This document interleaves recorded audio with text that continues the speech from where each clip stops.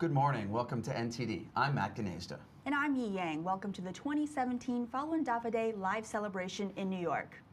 Now, Fалунь Дафа, or more commonly called Falun Gong, is a Chinese Qigong practice. It has meditation and slow, gentle exercises that look a little bit like Tai Chi. And for today's event, we'll be following a massive Falun Gong parade as it flows across New York. Now, today, Friday morning, is also a special day in that it marks the 25th anniversary of the founding of Falun Gong. So over the past quarter century, Falun Gong has been spread to more than 100 countries with an estimated 100 million Falun Gong practitioners worldwide. Falun Gong has also won more than 3,000 different awards from different countries and cities across the globe. But since 1999, the Chinese regime has been severely persecuting Falun Gong, arresting Falun Gong practitioners and sending them to labor camps. Why is the regime persecuting Falun Gong, and why do these practitioners defend their faith even in the face of death? And what are their stories? These are all questions we hope to answer in our coverage today. Now, joining us today in the studio, we've got a couple guests. The first one is Fалунь Дафа Information Center spokesperson, Arping Zhang. Arping, welcome to the show. Thank you. We also have with us Zenin Dolniki, a Falun Gong practitioner who's been involved in human rights efforts over the past 2 decades. Zenin, welcome to the show. Thank you for having me. All right, so Arping and Zenin are here to help us explain some of what we're seeing today and the implications both for China and for the impact on the United States. So again, thank you both for joining us.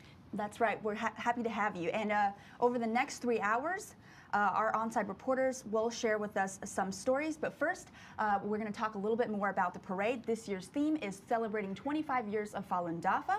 The massive parade will have over 10,000 people from 57 countries from around the world.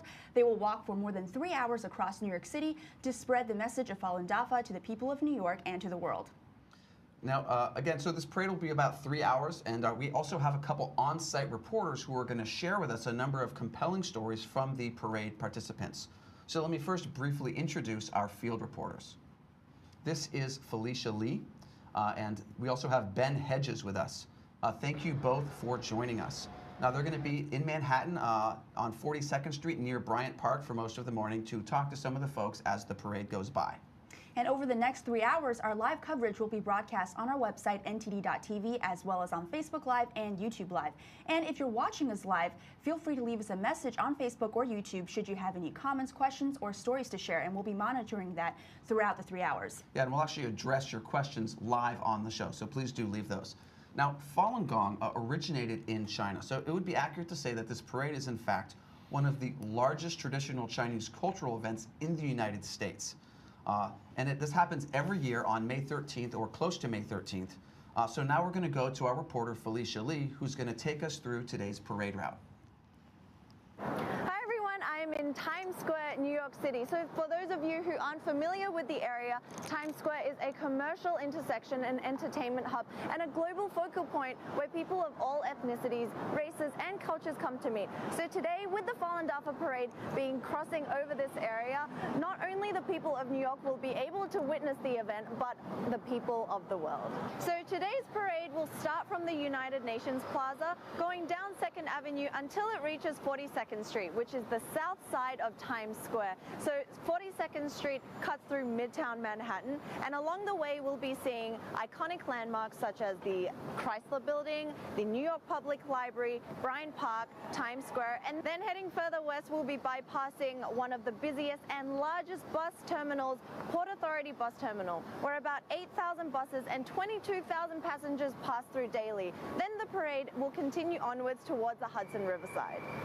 Right. So as our hosts have said, today's parade will be passing through one of the busiest streets of New York City, and the NYPD has generously offered their help in escorting the parade from start to finish. It will be one of the greatest events, so you'll watch it all unfold right here. So are you ready? Let's go. All right, thank you so much, Felicia. Now, for those of you who are just joining us, this is NTD's live coverage of the annual Fалунь Дафа Day Parade in New York City. That's right, and many of you have probably seen Falun Gong practitioners doing the exercises, meditating, or handing out flyers in different parts of the world. So what is Falun Gong? Let's watch a quick video about that.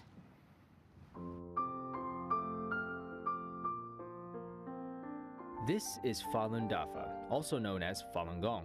It's a spiritual practice based on a tradition that dates back more than 1,000 years. It was once passed down only from teacher to disciple. In 1992, Mr. Li Hongzhi made Falun Gong public and began teaching it across China. Falun Gong is a type of Qigong, a class of gentle exercises and meditation designed to improve mind and body. Other Qigong systems, like Tai Chi, are also popular in China. But unlike most Qigong taught in China today, Falun Gong emphasizes spiritual improvement. Its core principles are truthfulness, compassion, and tolerance, or Zhen Shan Ren in Chinese. Falun Gong practitioners study its teachings through published texts, especially the book Zhuan Falun. They aim to elevate their moral standards while supplementing their practice with 5 sets of physical exercises. 9-day Falun Gong workshops are offered in cities around the world. The workshops introduce the main text and teach the exercises. Falun Gong workshops are always free of charge. Since its introduction 25 years ago, Falun Gong has spread to tens of millions of people in 114 countries and regions. 2017 World Falun Dafa Day, New York Parade. All right, and now we're going to go back to our reporter, Felicia Lee, who's interviewing some of the Falun Gong practitioners from different countries who are involved in the parade. All right, guys, so here I am standing with all the people around the world who have worn their traditional attire. So let's go around and see where they're all from. Hello. Hello, I'm from Slovakia. Slovakia. Germany. Germany. Germany too. Germany. Bavarian. Bavaria. Bavarian. Greece. Greece. Poland. Poland. Czech Republic. Czech Republic. Sweden. Sweden. All right, so that was the European portion. And then we cross over to Japan, Nihongo. Taiwan. Taiwan, yay. Indonesia. Indonesia. So many of you. All right, so can we all say together, Falun Dafa is good?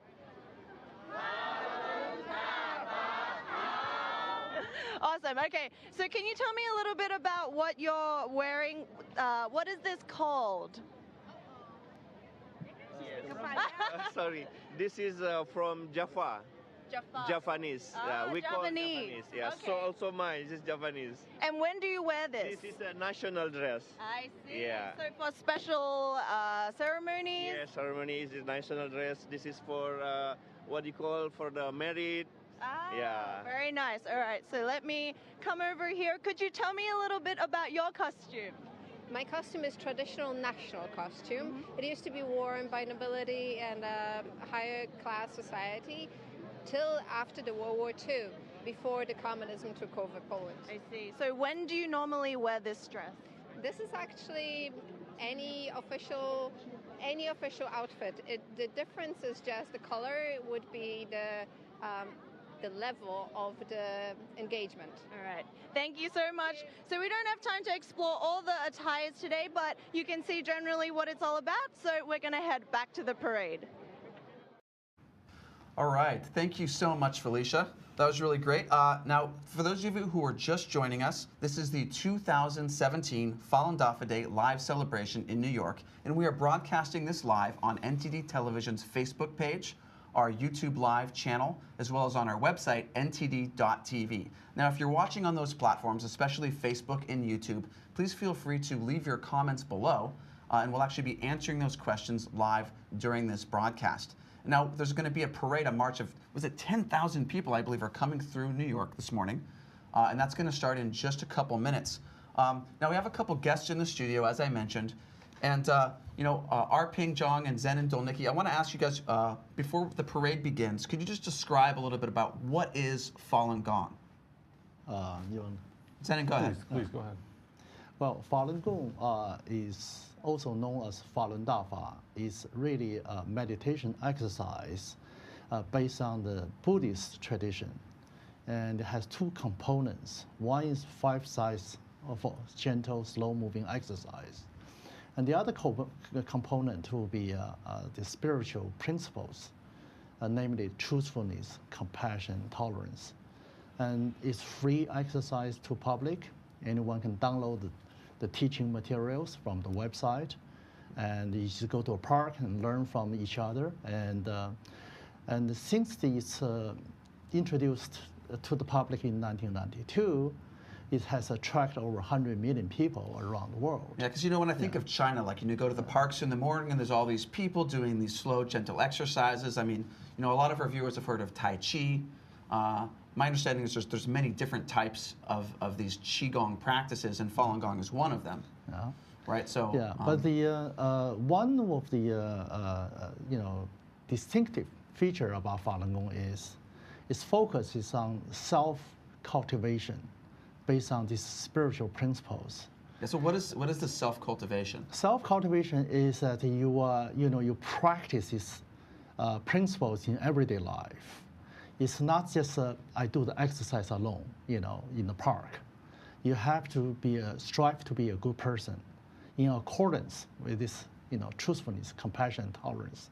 The other thing is Falun Gong actually include, the elements of Taoism, for example. So this is a very Eastern philosophy? Not really. It is in a way because with the roots in Buddha school, right? Right, and it is a Chinese practice. Yeah. Right. But it has shared values, worldwide. We know that, in each culture in the West or in the East, they all embrace the fundamental tenets of human values, such as truthfulness, being honest, compassion, being kind, or tolerance, or being have the element of forbearance. Right. So I think even common. the ancient Greek philosophers talked about this kind of thing. Yeah. If you read Plato's books, we can find out Socrates taught about the purpose of life is to return to original true self.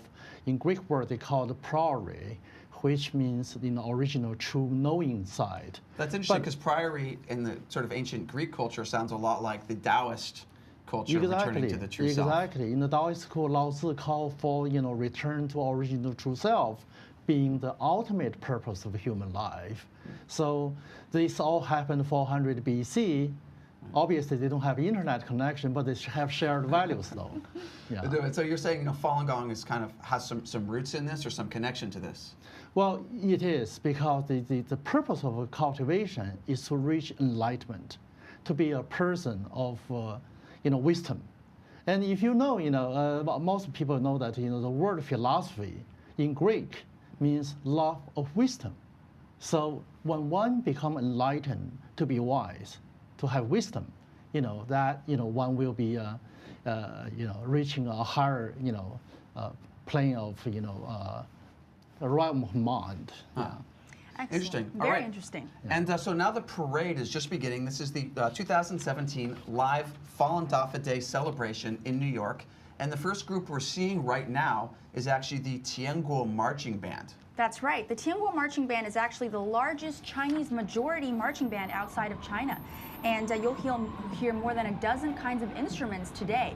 And in a bit, we're going to take a listen to the music from this marching band. This is a big group, and this isn't even the whole marching band. I believe in the parade today there's, 600 members of the Tianguo Marching Band, and this is just the first 200 of them. That's correct, and they'll be separated. Those 600 band members will be separated into 3 different groups, and this is the first group that we're seeing now. All right, let's see if we can hear a little bit of that music.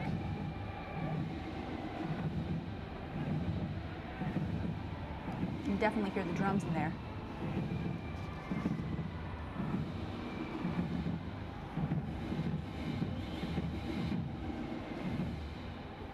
All right, and for those of you just joining us, this is the 2017 Fалунь Дафа Day live celebration in New York.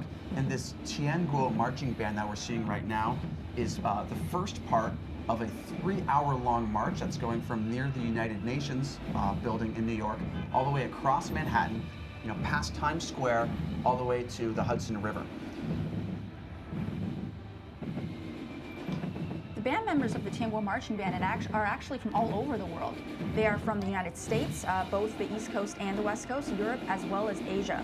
And my understanding is these are these are not a full-time marching band participants. These are actually people that've got other jobs, but they've been practicing for this for quite some time now to get ready for this parade. This is a huge group. Look at that. There's 200 people just in this one section. That's correct. And what we're seeing now is the flute group. And we'll take a listen right now.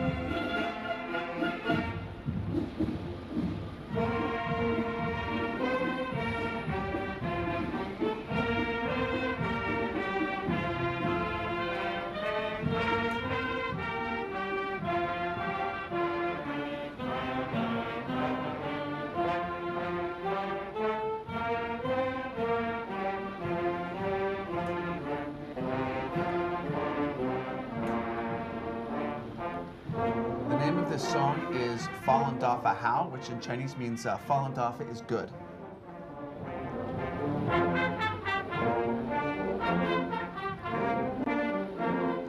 And you can see they're marching down 42nd Street and 2nd Avenue in New York City. Many people might not know this, but actually most of the music that's played by the marching band is actually all original pieces written by Falun Gong practitioners.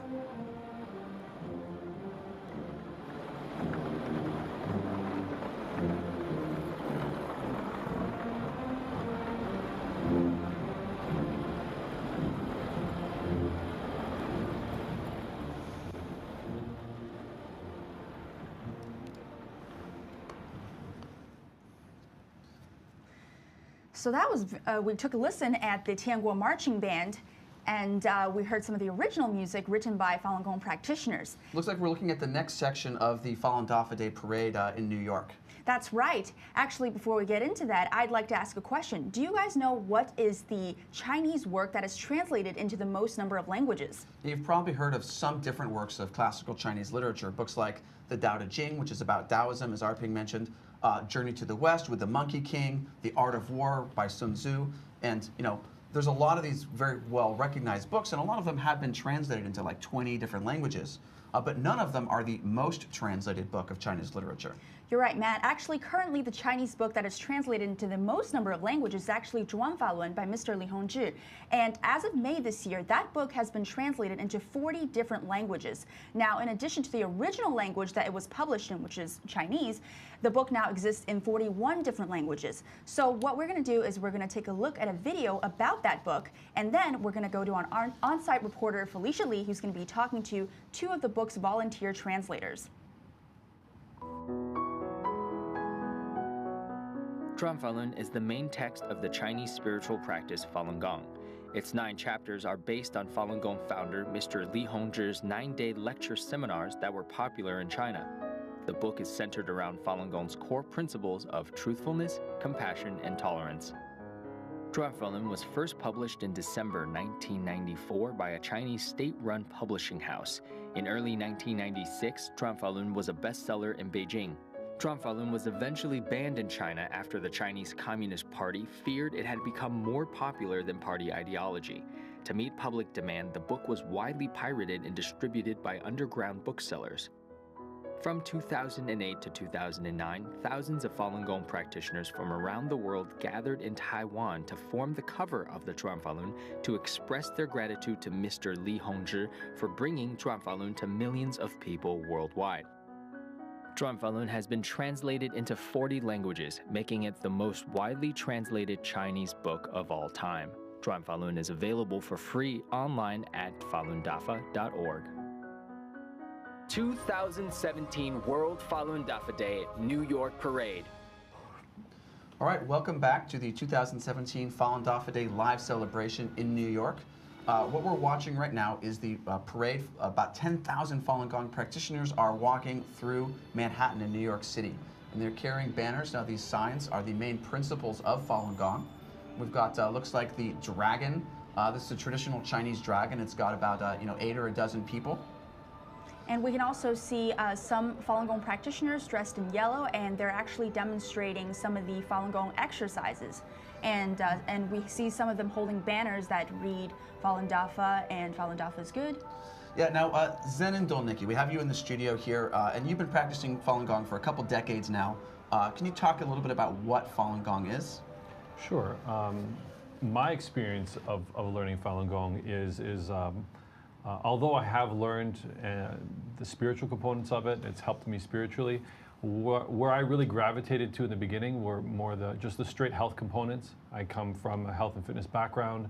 I was studying health when I found Falun Gong, and it really just spoke to me explaining a lot of these traditional concepts that are associated with these ancient practices in this very colloquial language, even referencing modern day scientific discoveries and kind of demystifying these ancient concepts and making it very practical and accessible. And that's what I found in Zhuang Falun, was this very practical, easy to understand, very well explained That's really interesting you mentioned that. And so specifically, like, was there something that you had kind of been looking into and wondering, kind of like, how does this work? And you kind of understood that after reading Zhuang Falun? Yeah, I had spent a lot of time on my health, so I felt very physically fit. I felt very healthy, but I wanted to go deeper into the human being, the human body, and understand these things. And studying ancient texts and older books, it was very hard to grasp. And right when I started reading the Falun Gong teachings, which are just transcribed from verbal lectures, it's very colloquial and very accessible, I just felt like a weight lift off my shoulders. And I felt like, oh, finally somebody's explaining this stuff. Yeah, I remember when I was a teenager, I read the Tao Te Ching, which is that 2,500-year-old book. Yes. And like I read it in translation in English, and I could not understand. Like, it was very like archaic terms, and I didn't really how does that compare to? You mentioned earlier the book Zhuang Falun, which is the main text of Falun Gong. Like, how does that compare? Well, I mean, 2,500 years ago, Lao Tzu couldn't reference modern-day scientific discoveries, archaeological right, excavations, and things that have happened throughout the development of human civilization, particularly modern ones, which ideologically we can identify a lot easier with to understand these deeper things about cosmology or the relationship to our body, and how do we refine our body? How do we be in harmony with the universe? And it's not this ancient abstract concept. When Mr. Li Hongzhi is teaching it, it's this very practical 1 + 1 = 2, and it makes so much sense. And for me, it was very easy to grasp. Yeah. Now, you mentioned earlier that Zhuang Falun, the main text of Falun Gong, has been translated into 40 different languages. Now, Arping Zhang, the Falun Dafa Information Center spokesperson, maybe Arping, you could tell us a little bit about why you think that this particular book has become so widespread and widely popular in different countries and different languages. Well, like Zen mentioned, the text of Zhuang Falun is very simple and clear. And for those who have been searching for spiritual paths, and it feels, just suddenly, everything click right there when you read it. I remember the first time when I, approached Falun Gong. I was in 1994 when I was visiting friends in Beijing. Of course, at that time I lived in the United States already, and I was in a department of foreign ministry there, visiting a friend. I saw a lot of people doing meditation. Like in the parks in Beijing? No, in the office. In the office. Yeah, in the office, in the Department of Foreign Ministry. They were all sitting, closing their eyes, meditation. So people like meditate before work in China? Yeah, they were during the work break. Okay. And then I asked, my friend who works there, I said, how come you guys get paid and sleep in the office? And they said, no, we are doing meditation. I said, what kind of meditation? They said, it's Falun Gong. I said, what is Falun Gong? And then she gave me a booklet. It's called China Falun Gong. It's a very thin book. Back then, it covers, the instruction about the exercise and the core principles. So I said, yeah, maybe, he said, maybe you should take home and read about it because it's, the government is promoting this for public health. In fact, the Chinese Foreign Ministry in the embassies overseas, they are also promoting this as part of the soft culture, soft power, to spread worldwide. And so I read the book. It really clicked with my original internal search for something that is traditionally Chinese, but also relevant to my current life.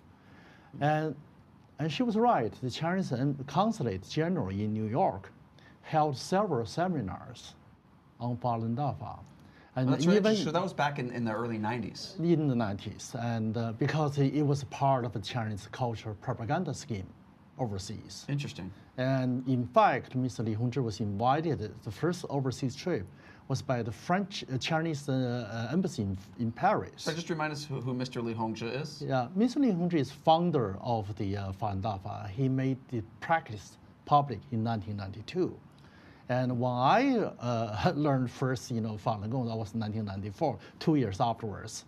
And that was already, when I was in China, in Beijing in 1994, you can see people in every major park in Beijing, if the Temple Heaven Park, if you go to the Beihai Park, everywhere, people doing it. It was like a household phenomenon. But little did I know that, the government is, actively promoting this practice overseas. So the Chinese embassy in France invited Mr. Li to give lecture there. And later on, the Chinese embassy in Sweden also invited him to, give a talk.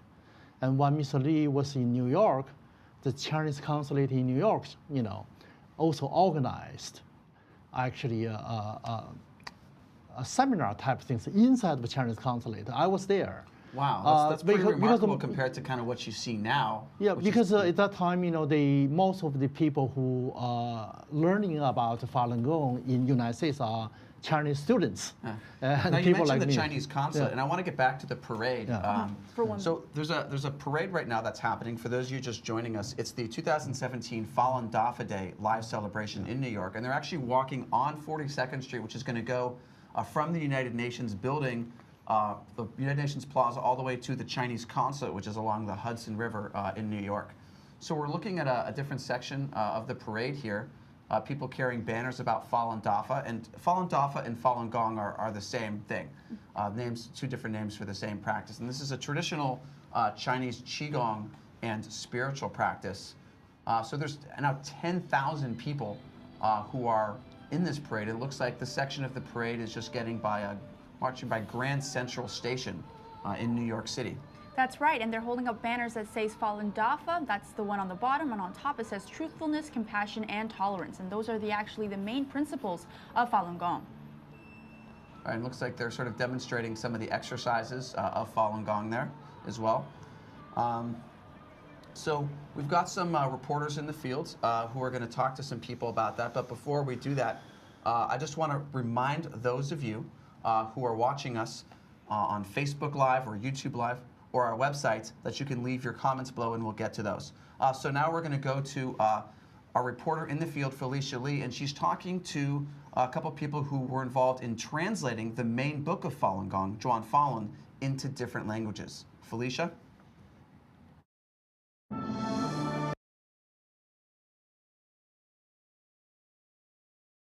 Experience like that, yeah.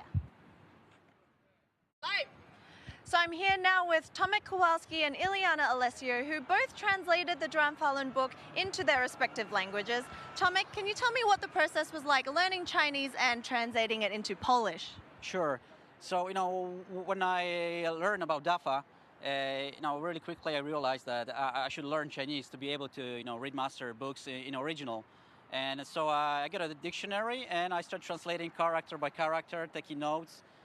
On the beginning it was not so easy, but with the time it was going faster and faster. In half a year, I finished the whole book. Wow, that's amazing, because I know languages are very hard to, learn. So was it difficult for the Polish people to adopt and understand such an Eastern cultivation way that's presented?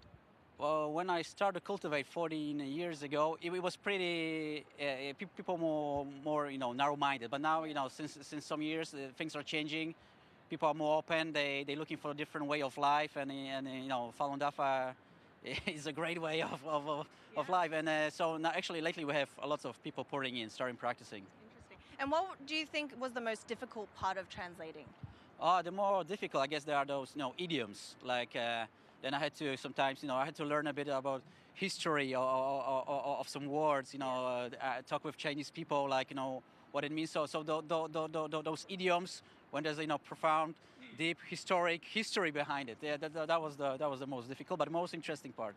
Thank you, Tomek. And Ileana, you had a similar experience translating into Spanish. So what was it like for you? Well, it was very interesting too.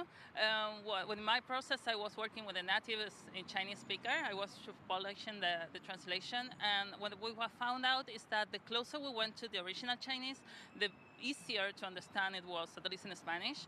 And so we found out that when we were stuck in a sentence, we didn't know how to put it, we were go back to the Chinese, like word by word or character by character, and in that way it became so simple, and that it was the best approach that we.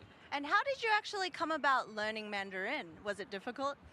Well, yeah, especially the tones, but in this case was just to reading the book. But I have the help of the native speaker, of course. So. And so, were there any difficult experiences or eye-opening experiences that you came across during that time? Yeah, well, as I said, sometimes when I thought that it would be hard to understand in Spanish and I tried to adapt it to Spanish, I found that it was more complicated to understand. And when I went back to the simple structure of the Chinese, it was really clear and better to understand. So grammatically, is Spanish and Mandarin similar, or are they very different? They're quite different, but Spanish also is quite flexible, so you can kind of respect the Chinese structure of the sentence, and it will still make sense in Spanish. So that's what we did. Right. So Tomek, are you able to speak Mandarin conversationally now? Oh, no, I'm not so. The problem is, I learned from the book, so speaking. I'm still working on on speaking. Right. And are you able? All right, so that is all the time we have with Tomek and Ileana. You guys did a great job in the translating. I know it's really hard. So we're going to head back to the parade.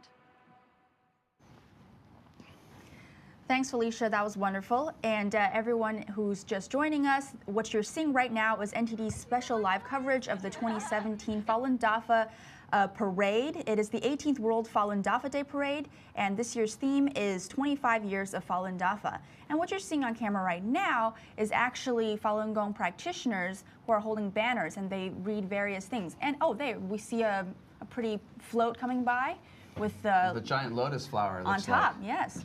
Yeah, now for those of you who are watching us on Facebook Live and YouTube Live, we're seeing a lot of people leaving comments. We also have greetings from South Korea, Nigeria, Turkey, Poland, as well as from in the United States, Nevada, Florida, Texas, Ohio, another Florida, a bunch of Floridas, also some greetings from India.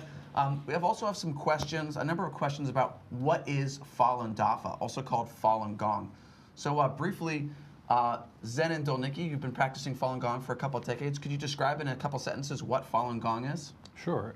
From my experience, Falun Dafa is a health practice which goes a little deeper into a deeper spiritual practice. Spirituality in Asia can be associated with religion, and it doesn't have to be. And Falun Gong is very much a healthy living practice, and it has 5 sets of exercises, it has meditation, and the reason it spread so fast in China was the profound health benefits people were experiencing. Yeah, now it's interesting you mentioned the health benefits, because in China a lot of people do these different types of qigong. You've heard of Tai Chi probably, people doing slow exercises, and Falun Gong was known to be very healthy. So in the early 90s, Falun Gong became public and started spreading all across China. You could go to different parks and see people practicing. And this phenomena of Falun Gong and other types of Qigong were accepted to a degree by the government, but especially they were being researched actually by the Chinese Academy of Sciences and other scientific organizations. And they were trying to use scientific methods in China to explore some of these inexplicable phenomena in Qigong, things like Qigong healing, as well as even supernatural capabilities. Actually, there was a man who was named Chen Xuesen, and he was once China's leading nuclear physicist, and he actually said that the supernatural capabilities of the human body are extraordinary. He made that statement in 1982, and that was at a meeting of the Chinese Human Body Science Association. And this is what he said, quote, "Qigong and supernatural capabilities are parts of human sciences worthy of deeper research. They could lead to a bigger scientific revolution than the 20th century's quantum mechanics and the theory of relativity," unquote. Again, this is China's leading nuclear physicist saying that, not just some guy. He also told the guy who was the deputy minister of propaganda that, and this is his quote, human supernatural capabilities are real, not fake. There are fabricated cases and cases intended to deceive people, but those are not human supernatural capabilities. Human supernatural capabilities, Qigong, and the theories of traditional Chinese medicine are closely linked," unquote. But because the Chinese Communist Party promoted atheism, research about human supernatural capabilities unnerved the regime. However, under the growing popularity of Qigong had room to flourish. And in 1992, Mr. Li Hongzhi, as we mentioned earlier, started publicly teaching Falun Gong. And he received many awards when he took his students to the Beijing Asian Health Expo. Yeah. Now, so speaking of some of these health benefits, we've actually got a reporter on site who's going to be talking to a doctor and a patient just about this issue. So we've got Ben Hedges, who's at the parade. Let's go to Ben.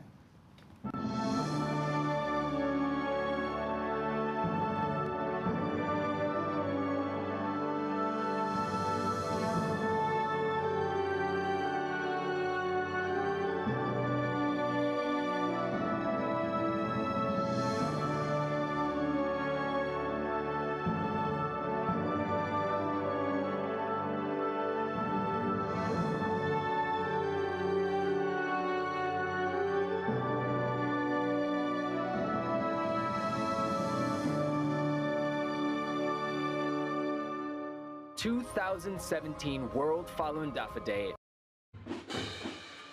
Well, hi everyone. I'm here at the side of the parade. As you can see behind me, the Tianguo marching band, which is a band made up of Falun Dafa practitioners, is just going past. And I'm here with Christine Lin and Joshua Lee. Welcome, guys. So first of all, Christine, I know that you have quite a story. You suffered from an uncurable skin condition before you practiced Falun Gong, and you actually recovered. Would you like to tell us about that? Sure. I was suffering from a lot of health issues, actually, from when I was very young. I had pneumonia twice as a kid, about when I was 3 or 4 years old. And then I had, starting when I was about 5 or 6, I had this skin condition, like you said. It was symmetrical around my body, on my face. Everywhere was oozing, bleeding, itching. It was just horrible, and it lasted for 2, almost 3 years, and that was until I found Falun Gong. Before that, we were trying all sorts of cures, like we went to the allergist, we went to the Western doctors, the Chinese doctors. I drank all the weird herbal medicines that you can dream of, like alligator skin and bitter herbs and things like that. Nothing worked until we found Falun Gong, and when I started doing the exercises and reading the book and really doing the mind-body practice, things started changing really fast for me. Yeah, and the skin condition, it came out really quick. All the symptoms came out hard, and then after that, within 2 months, it was all gone, and the normal skin was revealed.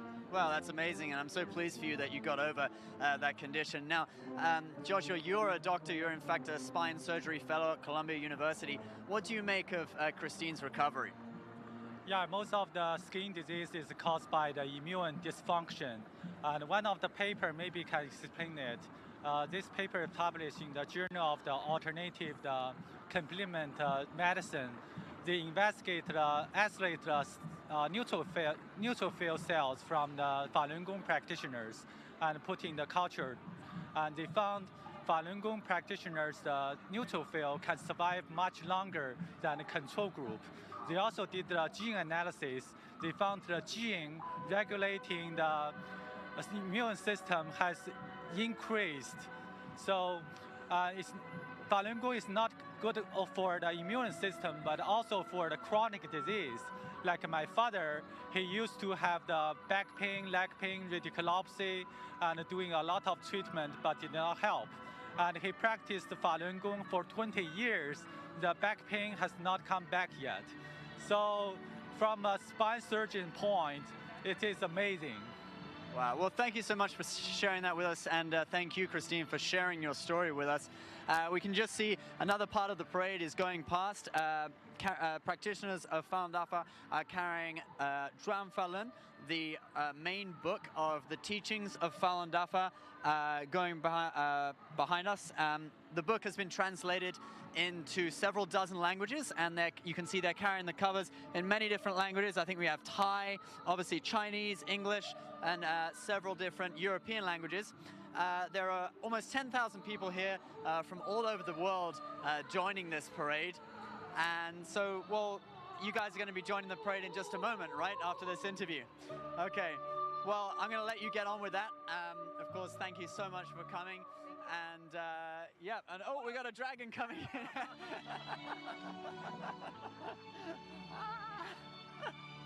Cool, thanks guys, it's great to see you. Okay, we'll go back to some images of the parade. All right, thanks, Ben. Nice. Watch out for that dragon. That was something special. And for those of you just joining us, this is NTD's special live broadcast of the 18th World Falun Dafa Day Parade. And this year's theme is celebrating 25 years of Falun Dafa.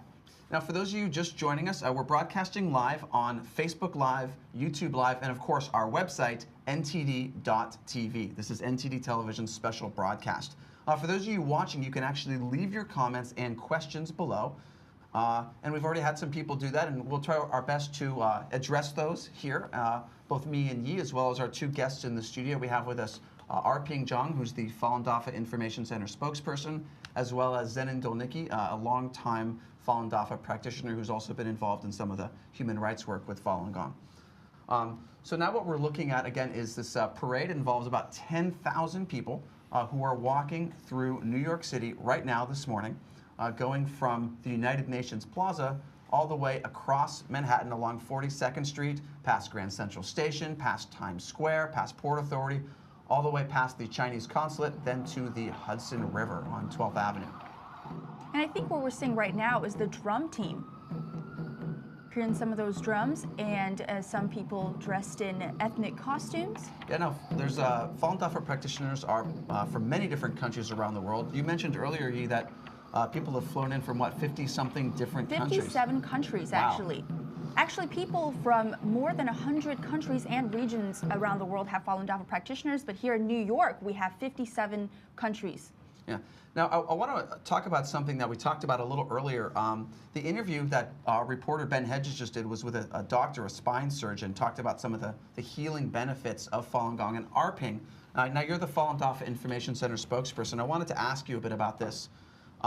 When Falun Gong first came to the public, was it seen as more of a healing thing or more of a spiritual thing? Or, how did people perceive that back in '92 when it first became public? Well, actually, people of different kinds, from different walks of life, approach Falun Gong. And some, came for the health, benefits. Some were looking for spirituality. China is actually traditionally a very spiritual country. We often call China Shenzhou, which means divine, land of divine, which means the people has been always relate to one way or the other, the Taoist school or the Buddhist school, or the Confucian thinking. So, but since 1949, when the Communist Party took over the country, because of the atheist nature of the party, all these traditional values have been, suspended, and we have the Cultural Revolution. Everybody have heard about it, which essentially. Well, what happened during the Cultural Revolution with respect to religion and spirituality? Yeah, they basically denounce all the traditional values and burn the Buddhist temples and Taoist, temples, and the scriptures. So by Cultural Revolution, they actually mean getting rid of all the culture. Exactly. And there's a reason for it from the communist perspective. After all, the communist ideology is come from Germany, created by the guy called Karl Marx. And so it's a foreign import. It has no roots in Chinese culture. So in order to have a successful transplant of this foreign import in China, they have to root out the traditional values. So from the dictatorship perspective, it makes sense. So you're saying that the sort of ideas of Marxism just didn't match with the Chinese traditional thinking? No, because Karl Marx has a very famous, statement: "Religion is the opium of the mass." Right, I think I've heard that. We know that all the Chinese tradition, either from Buddhist school or from the Taoist school, is always entrenched, deeply rooted with the divine spirit. So when they try to root all this out, they can then have easier transplant of this foreign import. So the Cultural Revolution lasted about 10 years, right, from 1966 to 76, until Mao Zedong died. Yes. And then sort of after that, what was it like for spirituality and religion in China? Well, there has been always spiritual void. At the beginning, the word Qigong is a new modern term for meditation or spiritual practice. Right, now Qigong refers to sort of the general class of practices that includes Falun Gong, includes Tai Chi, includes all these other sort of slow, gentle exercises you see in the parks, right? Yeah, well, what happens, the practitioner, in order to avoid conflict with the government, they coined this word Qigong. Otherwise you will be practicing Buddhist meditation, Taoist meditation, or so it's the same thing, but they put on a name that seemed to sort of comply, like neutral, like politically neutral or spiritually neutral, like safe, or not spiritual rather. Yeah. Okay. So that's how the term Qigong, because in the ancient Chinese books, there's no such word called Qigong. It's a modern term, founded since the communists took over the. And there's a bunch of these types of Qigong that have names like Falun Gong, Zhong Gong, like different types of names, right? Yeah, but the real term is actually Falun Dafa, which is the wheel of, the Dharma wheel, When you talk about the sort of the original name, I mean, Falun Gong actually was introduced to the public 25 years ago, in 1992, but it also has an older history than that. Am I right? Well, traditionally, all the majority of the Buddhist or Taoist meditation exercise are passed down to single disciples, generations after generations.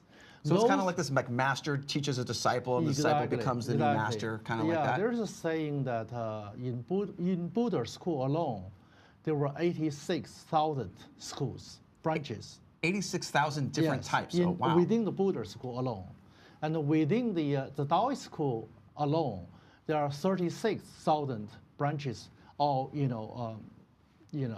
denominations. Right, because I've only heard about maybe like a dozen of them. Yeah, because those were made public historically.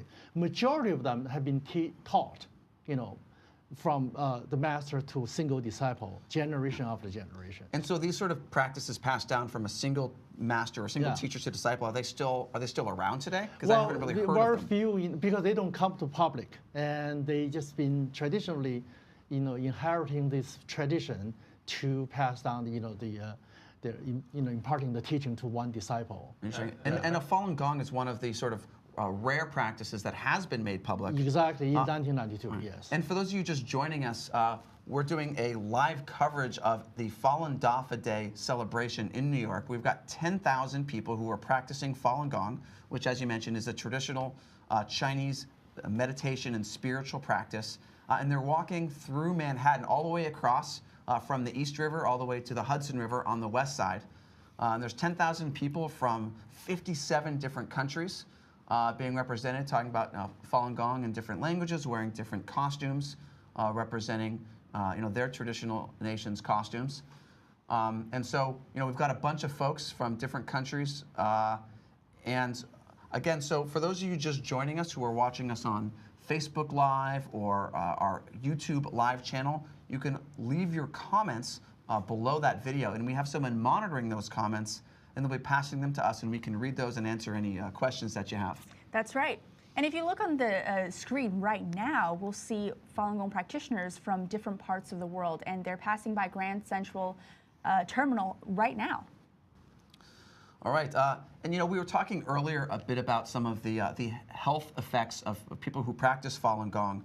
And there was an observational study published last year in the American Society of Clinical Oncology that suggested that cancer patients who practice Falun Gong have a significantly longer life expectancy and may often see cancer remission. Now you might be wondering, how this is even possible. Well, we're going to take a quick look at that study and then go to our on-site reporter, Ben Hedges, who will be interviewing that study's author. Dr. Yuhong Dong conducted research on how practicing Falun Gong has led to great improvement in advanced cancer patients. Dr. Dong is a clinical researcher at Novartis, a global healthcare company. Her research looked at reports from Chinese cancer patients who had started practicing Falun Gong. The 152 terminal stage cancer patients had been given short life expectancies with an average of 5.1 months. After the patients started practicing Falun Gong, they lived for an average of 56 months, 10 times the original average life expectancy. As of the time her research was published, 149 of the 152 patients were still alive. Dr. Dong says that although Falun Gong is not practiced for the purpose of curing cancer, her studies suggest that cancer patients who practice Falun Gong have a longer life expectancy and tend to see greater improvement in their conditions. Falun Gong's effect is repeatable, objective, substantial, and should deserve more attention. A summary of Dr. Dong's study was published as part of the American Society of Clinical Oncology's annual meeting in 2016. 2017 World Falun Dafa Day, New York Parade. Well, I'm here with Dr. Dong Yu Hong and also Professor Wu, who is a professor of organic chemistry. Thanks so much for being with us here today, guys. So, Dr. Dong, I would first like to ask you, so ASCO published a report about cancer survivors who practice Falun Gong. Could you tell us a little bit about that? We have observed 152 terminal cancer patients who were diagnosed in hospital with a predicted survival no more than 6 months. Most of them were dying at home. 1/3 of them were preparing for funerals. After practicing Falun Gong, their actual survival was significantly prolonged, at least 9-fold than prediction. And until the cutoff date of report, 149 were still alive. In addition, 97% of the cases had a complete symptom recovery. So we prospectively observed one patient with prostate cancer and who is standing beside me. Yeah. Well, so you've actually brought one of your patients with us here today, Professor Wu. It's great that you can be with us here today, and I understand you had prostate cancer and you survived and you practiced Falun Gong. Would you like to tell us a little bit about your story? Okay. I was an end-stage prostate cancer patient with bone metastasis. My PSA was 468, and I had bone pain. And hormone treatment for 19 months, the cancer came back. And that's when I started to practice Falun Gong.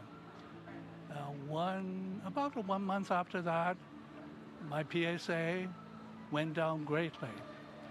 And 8 months after that, the bone metastasis seemed to disappear according to bone scan.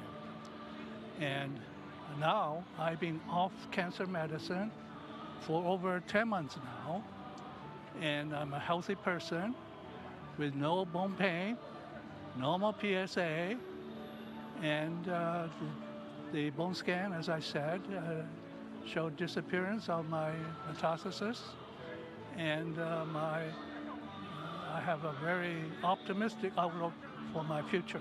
And you're still practicing Falun Gong? Yeah, sure. Let me just ask Dr. John, what do you make of Professor Wu's recovery?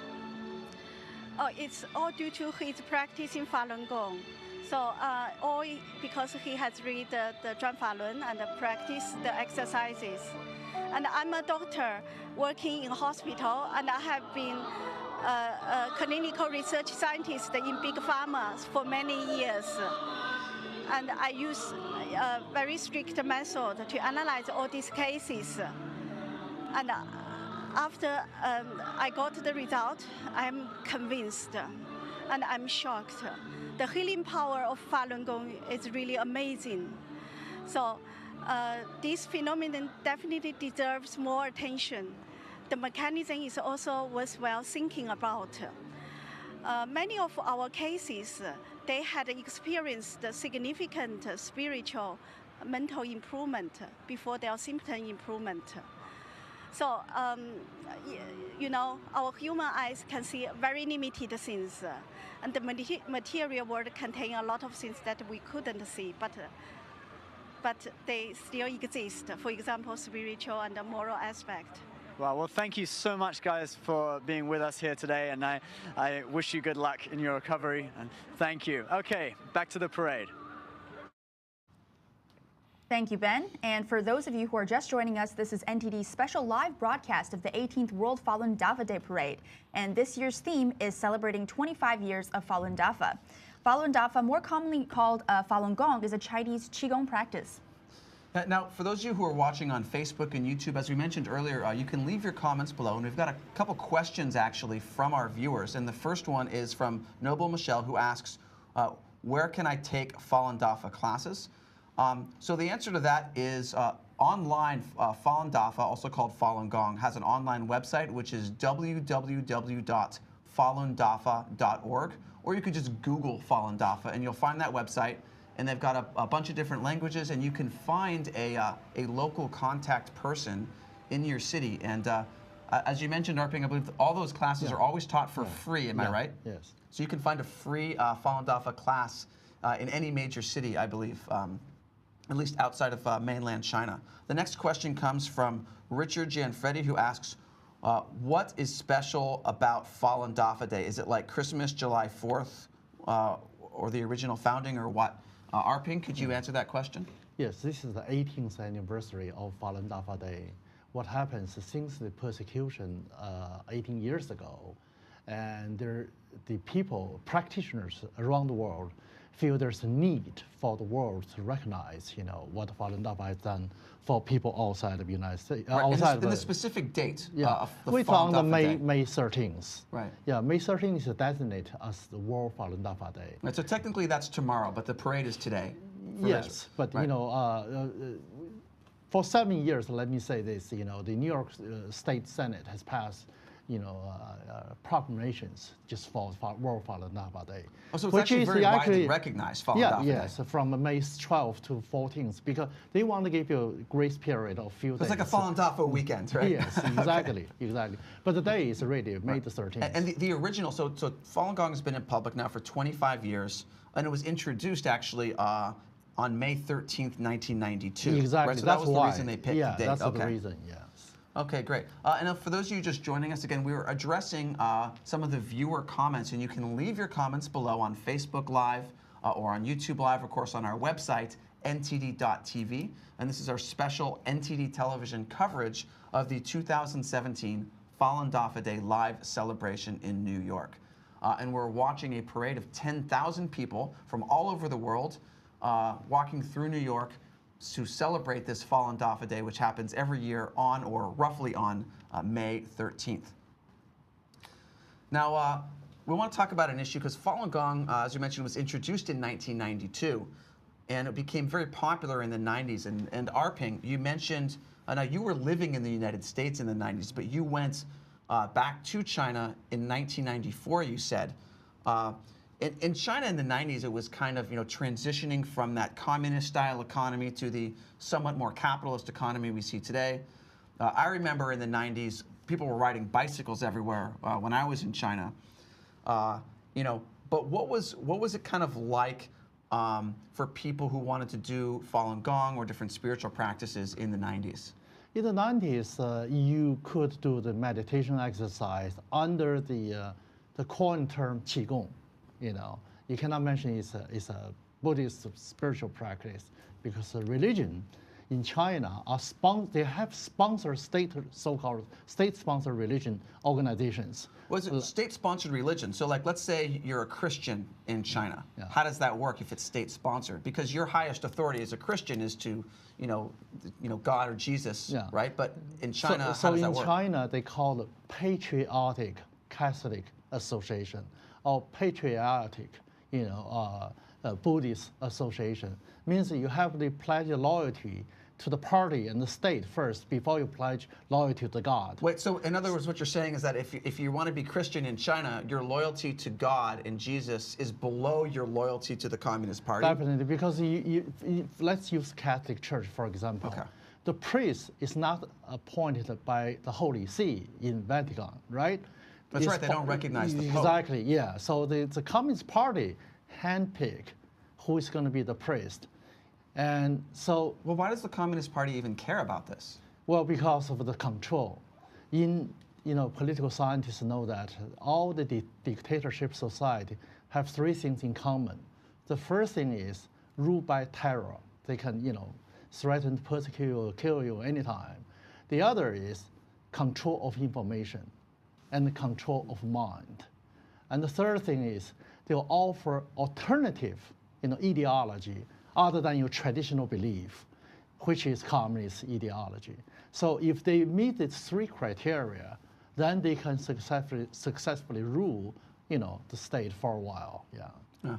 Interesting. Now, the next thing I want to do, because we're watching this live Falun Dafa celebration in New York, and we talked a little bit earlier about the connection between Falun Dafa and health. And we have a reporter, Ben Hedges, who's on the scene, and he's actually talking to a neuropsychologist a bit about some of that connection between mind and body that we see in Falun Gong. So let's go to Ben now after this short video.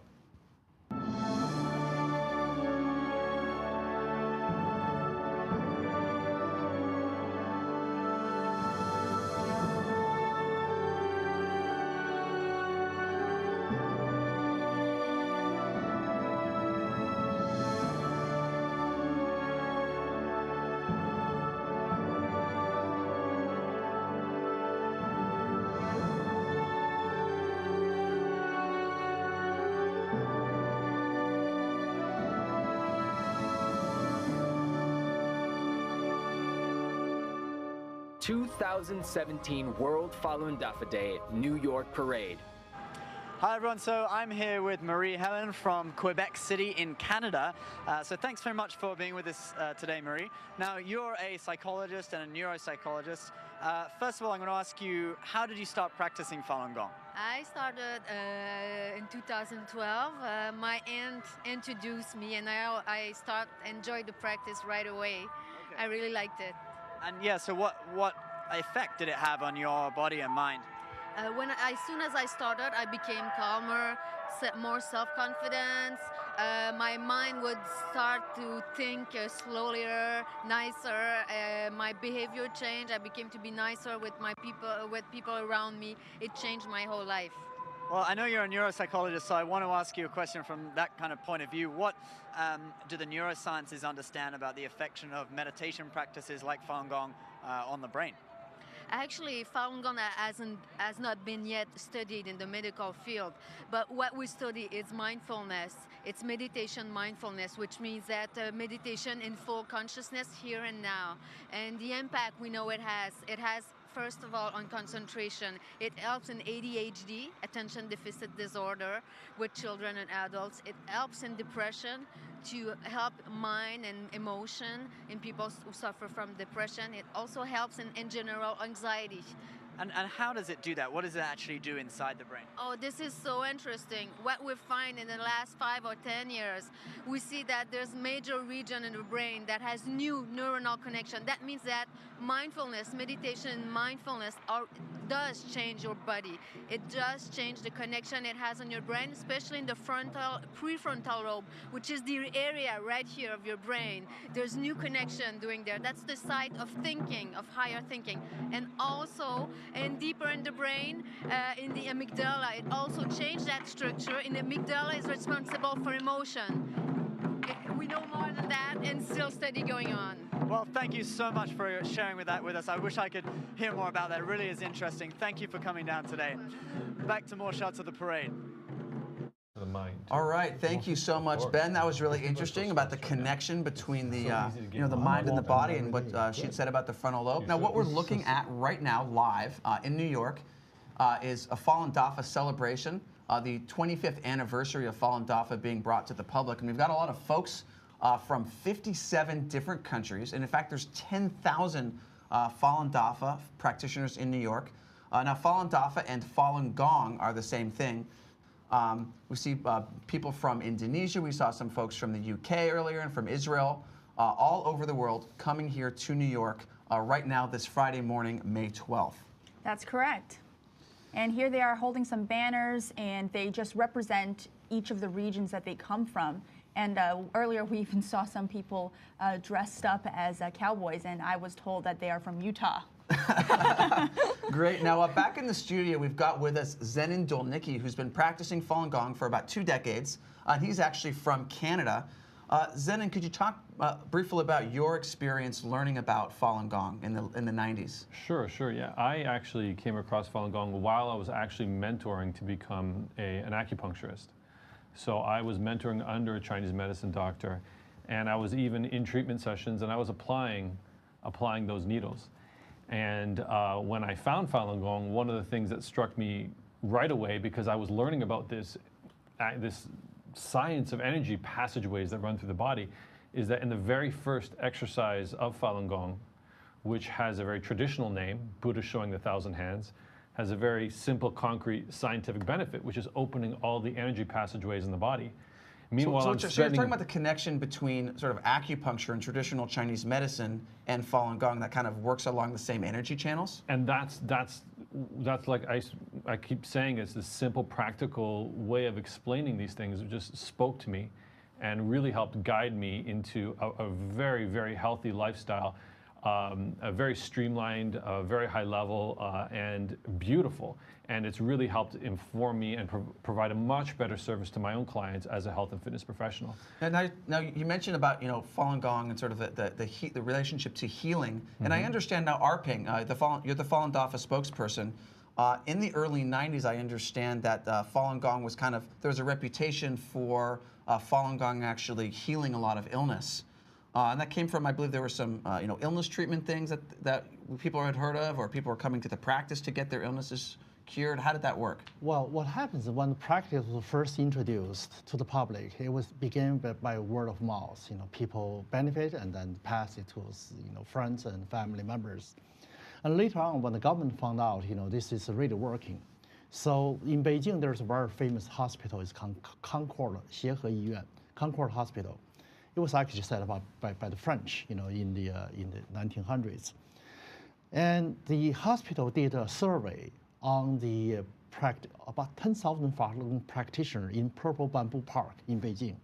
They follow up these practitioners for 1 year, and then they do scientific research, medical research on these people, on chronic illness, on different type of disease. And then after the 1 year study, they released the report. They found out it's very good. In China, we have a Chinese Sports Commission. It's like a Ministry of Sports. And they are in charge of so-called public health campaigns. So the leader, the commissioner of this China Sports Commission, went to Changchun, the founder's hometown, and he personally investigated the benefits of the Falun Gong and Falun Dafa. And when he found out the medical report is very good, so he decided to promote it as a public sport, health campaign. So what you're saying is in the 90s, the Chinese government was actually promoting Falun Gong for its health benefits. Exactly, and then this is why the government showered this practice with so many proclamations and honors, certificates, awards, all those things. And they were trying to promote it overseas as part of Chinese culture, heritage. I see. Now, China, didn't really have much of a healthcare system at that time. Well, they had, but it was minimum because of the lack of facilities, and we have a huge population, and there's not enough trained medical staff. So the public health campaign is in the interest of the government. Just read the February issue of 1999. In February, the U.S. News and World Report published an article interviewing the commissioner of China's Sports Commission, who said, the Chinese premier, Zhu Rongji at that time, was very happy about this practice because it saved the government a lot of money because of the health benefits. So this article, is online. You can read it. Very clearly shows that the government officials were endorsing the practice because of health. That's fascinating, and that's a strong contrast with what we see today in China. And we haven't talked much about this, but in China today, it's actually banned. You're not allowed to practice Falun Gong, or you could get arrested for it. But of course, it is practiced in more than 100 countries around the world. And what we're looking at now is actually we're covering live coverage of the Falun Dafa Day parade in New York City. And we've got people from 57 different countries, about 10,000 people in total from around the world who've flown in to celebrate Falun Dafa Day, which falls every year on or near May 13th. Now we've got some more questions from our viewers. One of our viewers named Richard Gianfredi, he's asking, is there an adaptive Falun Gong for people with physical handicaps? That's a great question, and maybe one of you wants to answer that question? I'll take a stab at that. And also, the people somebody had asked about learning Falun Gong, and they could go to falundafa.org and look at the contacts around the world in various cities. And I think it's important to emphasize the fact that it's free, but also to help, prepare people for what they're going to expect. It's going to be in a park. It's going to be somewhere where it doesn't cost anything, because Falun Gong doesn't accept or circulate any money. So prepare yourself for the elements.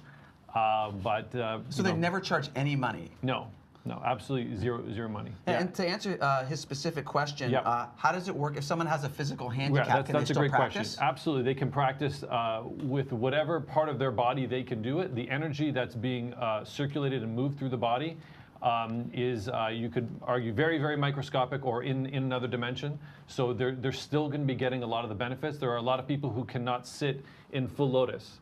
So they'll sit cross-legged. Some people have hip issues and literally do the meditation sitting in a chair. If somebody's missing an arm, they'll only move that one arm, and that's totally fine.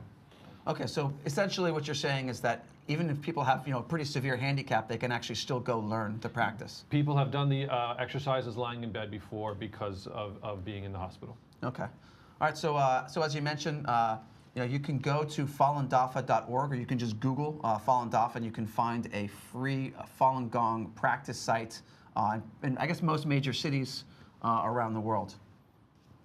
Now, what we're watching here is a live parade that's happening right now in New York City with 10,000 Falun Gong practitioners walking through. They're now on 42nd Street and 3rd Avenue.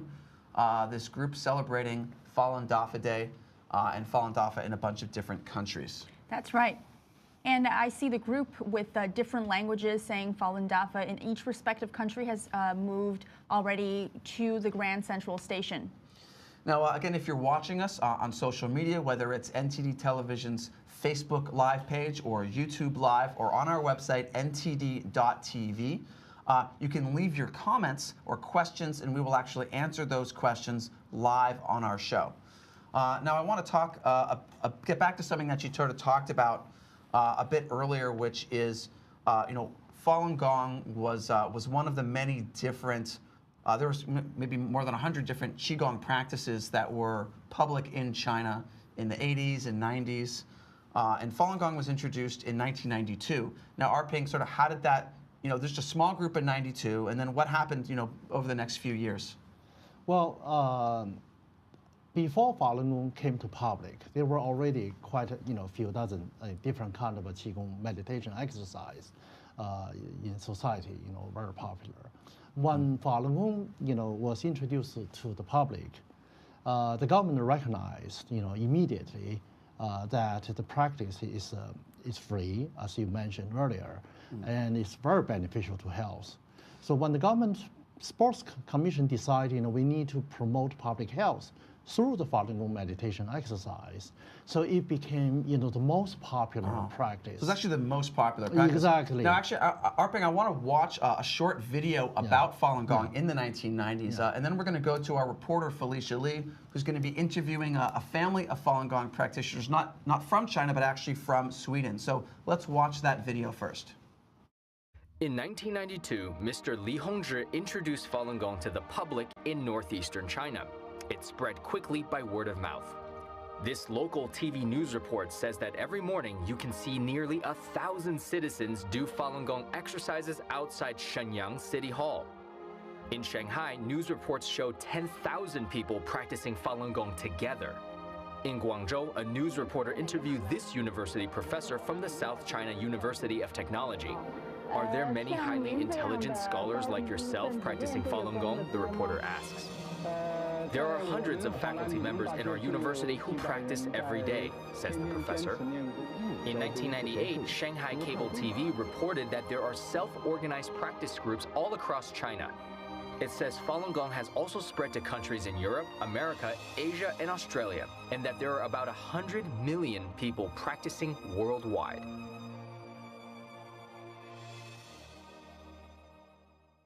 "2017 World Falun Dafa Day, New York Parade."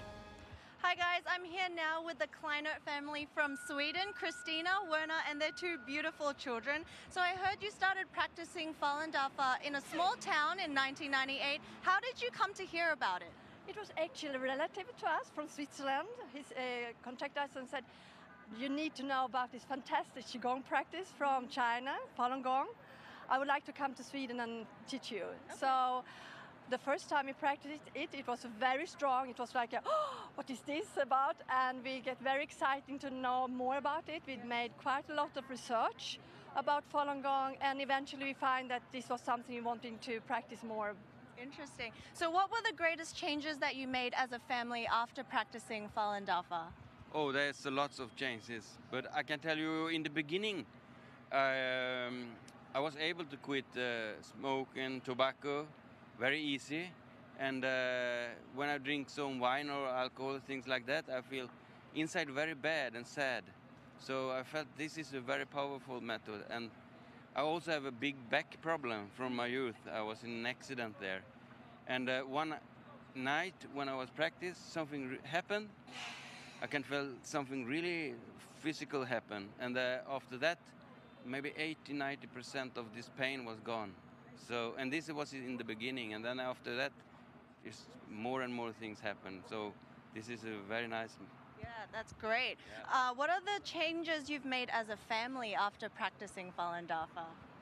I think in our daily life, we always connect together and talking about life when it's problem or a lot of stress in our daily life. We were thinking, what is really life about? Is it all about money and success? Of course, this is a good part of it, but it's actually to try to apply the generation all in our daily life. And when things happening on us, maybe bad things are happening us in the outer world, we try all to think about, what can we change inside ourselves to cope with this in a good way. And here we have your beautiful daughters, Indra. How have you incorporated the principles of truth, compassion, and forbearance into your daily life?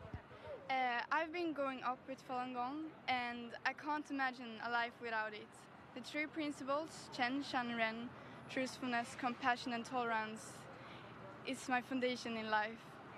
And what about you? In school, when a friend is a little bit mean, I think about the three principles, and then I feel very calm in my heart and think clear thoughts. It also helps me to take in what she has to say and understand her.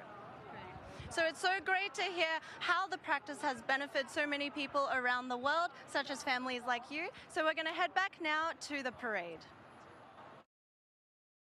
All right, thanks so much, Felicia. Thank you, Felicia. Now, we're watching right now live the 2017 Falun Dafa Day live celebration in New York. You should wear that. This is the 18th World Falun Dafa Day Parade. And the theme for this celebration is 25 years of Falun Dafa. This parade is actually a huge in scale. We're looking now at the section on 42nd Street near 3rd Avenue. but it's actually stretching across Manhattan with 10,000 people stretching from the United Nations Plaza, and they're headed all the way to the west side of Manhattan, past Times Square, past Port Authority, all the way to the Hudson River. And there's a bunch of Falun Gong practitioners, or Fалунь Дафа. Those two are the same names for the same thing, Fалунь Дафа and Falun Gong. We've got Falun Gong practitioners here from Indonesia and a bunch of different countries here. 10,000 people from more than 50 different countries that have flown in for this special occasion. That's right, and what we're seeing on screen right now is actually some Falun Gong practitioners dressed in traditional Chinese attire, and they're actually in these little miniature boats, and on the side it reads Fалунь Дафа is wonderful. And that group has actually just left the beginning of the parade, whereas the ethnic groups have already reached towards the end, the western side. Yeah, now for those of you who are watching now on Facebook Live, YouTube Live, or of course our website, ntd.tv, please feel free to leave your comments below right now, and we're going to actually be answering some of those viewer questions live on this show. And in fact, one of the recent questions that we had a viewer, Noble Michelle, who was asking, where can I take Fалунь Дафа classes? And I understand you can go to falundafa.org, or you can just Google Fалунь Дафа, and there's a website where you can find more information about Falun Gong, and there's different practice sites in almost every major city around the world. And Zenon, you mentioned that these classes, they're usually in parks, is that right? Yes, and that's because Falun Gong is free, and that was one of the things that drew me to Falun Gong when I first found it. Like it's completely free, there's no money at all? I had to ask the person 2 and 3 times just to make sure, because I had been spending a lot of money learning all different kinds of practices in the past, and when I found this and it was free, they said, you know, cultivation or the refinement of a person has nothing to do with money. And I was just another reason why I felt like I had found what I was looking for. Interesting. All right. Well, thank you for that. Now, what we're looking at now is this the waist drum team. You want to mention what the waist drum team was? The waist drum team is essentially a group of Falun Gong practitioners who play these little drums, and they're just a very organized group of drum players. And what's interesting about them is that they're not just young people, but also some elderly ladies as well. And you can see some of those health benefits in real life. You can see they're full of vigor and enthusiasm. Yeah, we've actually got some kind of older looking aunties, I guess as you say in Chinese, who look like they're in pretty great shape. They're in great shape. Yeah. Let's watch a minute of this here.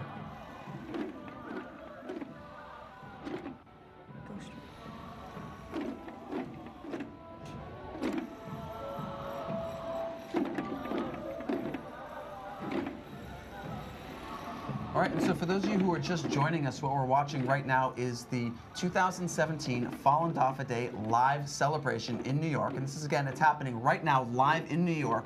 10,000 Falun Gong practitioners are walking from the United Nations Plaza all the way across Manhattan on 42nd Street, past Grand Central Station, past Bryant Park, past Times Square, all the way past the Chinese consulate to the Hudson River.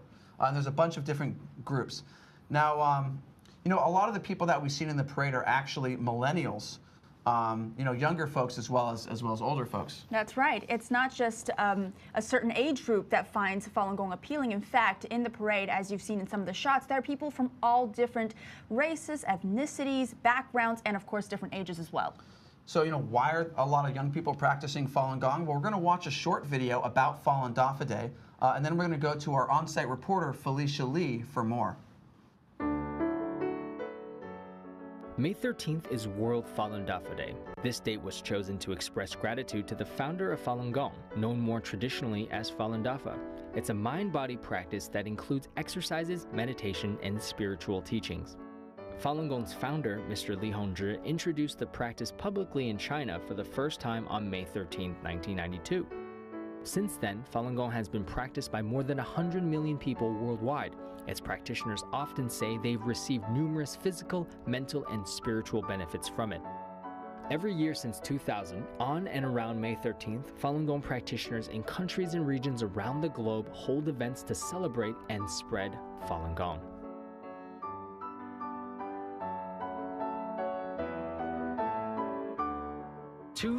'17 World Falun Dafa Day New York Parade. So I'm here now now with Annie Chen and Jason Liu, who are both currently attending college. So Jason, can you tell me a little bit about how the practice has assisted you in applying for college and your life through there? As a Falun Dafa practitioner, one of our core principles is Jin Shanjin, which is truth, compassion, and forbearance. Right. When I was doing my college applications, one thing I really focus on is those three principles. For example, a lot of students who are joining clubs that they don't want to join, taking classes they don't want to take just to impress college admission boards who are not being truthful. And one of the first things I did was I stayed true to myself. I went to the path of pursuing my passions of doing startups, and that really helped me getting into Yale. And also compassion. You know, at the end of the day, no matter how good of a student you are, you have to be a compassionate human being. And Falun Dafa, going through the cultivation, really helped me improve and cultivate my sense of heart. And I think college admission boards, at the end of the day, they're looking for that as well, because they don't want people who are just smart, but they're also compassionate human beings. Right, because it's a lifestyle. Exactly. And have you been able to spread the principles with your friends and colleagues? Yep, starting with my friends, introducing, telling them about the persecution of Falun Gong in China. I'm also trying to get my loved ones to cultivate as well, and to read the Zhuan Falun, and just starting up from there. Great, and how long do you have left of college? I still got 3 more years. Not too long, but that'll go really quickly. So Annie, can you tell me a little bit about Right to Freedom and what the message is? Right to Freedom was like 3,000 miles, 30 young kids, and then with like one strong message that we're trying to raise awareness about those people who are persecuted in China for just having their beliefs, especially like the young children there who cannot practice. Yeah. And what made you want to join the ride? Were you a really good cyclist, or what was it like? No, I like really not athletic at all. But when I like heard about it, I was like, wow, I like really want to go. That sounds so amazing. And then I thought the mission was really really spoke to me. But then I realized like when I was doing the ride that it's actually really difficult. But like just thinking about the people in China, that they're being persecuted for just like this belief, I just thought that was a strong enough message for me to like keep persisting and going on through like 3,000 miles. Yeah. So we're really lucky here to be able to speak, you know, what we want to say about it and have that opportunity. So thank you guys for speaking with me today, and we're going to head back to the parade. All right. Thank you so much, Felicia. That was really interesting, and good luck, Annie and Jason, in college. So what we're watching right now is the 2017 Falun Dafa Day live celebration in New York. And as you can see on screen, there are some Falun Gong practitioners who are dressed in all white, and they're holding these photos. And actually, those photos are of Falun Gong practitioners who have been persecuted to death by the Chinese Communist Party. And white. We haven't quite started talking about this yet, but if you practice Falun Gong in China today, you can actually be arrested, sent to a detention center or a labor camp, even tortured to death for practicing Falun Gong in China. And that's actually happening right now. So you're mentioning about these people. So why are they dressed in white, Yi? Well, actually, in traditional Chinese culture, white is the color of death. And as you can see in this part of the parade, they have these solemn expressions, and they're remembering these practitioners who have been killed by the CCP for not giving up their belief in Falun Gong. And so Falun Gong has been persecuted in China since 1999. In fact, July 20th, 1999 is when the Chinese regime sort of started arresting practitioners en masse. So how did this happen? Well, we're going to watch a short video about July 20th, 1999. In 1998, the Chinese government estimated that between 70 and 100 million people in China were practicing Falun Gong. It was the most popular practice of its kind in Chinese history, but the leader of the Chinese Communist Party wanted it gone. In the early hours of July 20, 1999, public security bureaus carried out an organized operation to arrest the volunteer coordinators of Falun Gong practice sites throughout China. This was ordered by then-Chinese leader Jiang Zemin. He declared that Falun Gong should be eliminated within 3 months. When his campaign failed to stop Falun Gong, he simply cracked down harder. Jiang Zemin implemented a strategy to eradicate Falun Gong practitioners by ruining their reputations, crushing them financially, and eliminating them physically.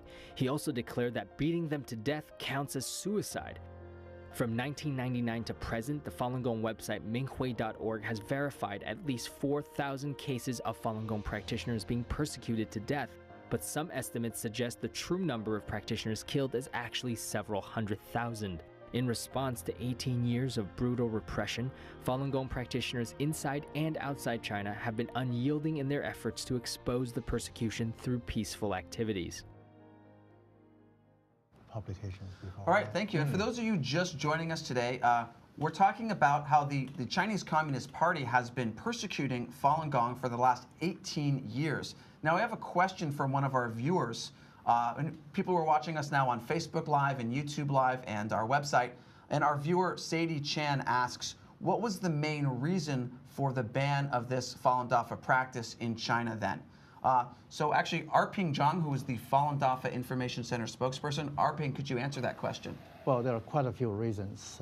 The foremost reason is that, as the report just mentioned, by the year 1998, the government of China found out there were over 100 million practitioners of Falun Gong within China alone. Okay, so China has 1.3 billion people. So we're talking about like 1 out of every 13 Chinese people was practicing Falun Gong. Yes, actually this was announced on Shanghai local TV when they were promoting the exercise. So the local news was promoting Falun Gong? Yes, because they were promoting the public health campaign for Falun Gong. That was before 1999. When right, but for like 7 years they were promoting the health benefits. Yes, yes. And so it's like so everything suddenly changed in 99, or well, how did that work? When you have 100 million practitioners, practicing Falun Gong in China, that outnumbers membership of the Communist Party, which at that time was 60 million.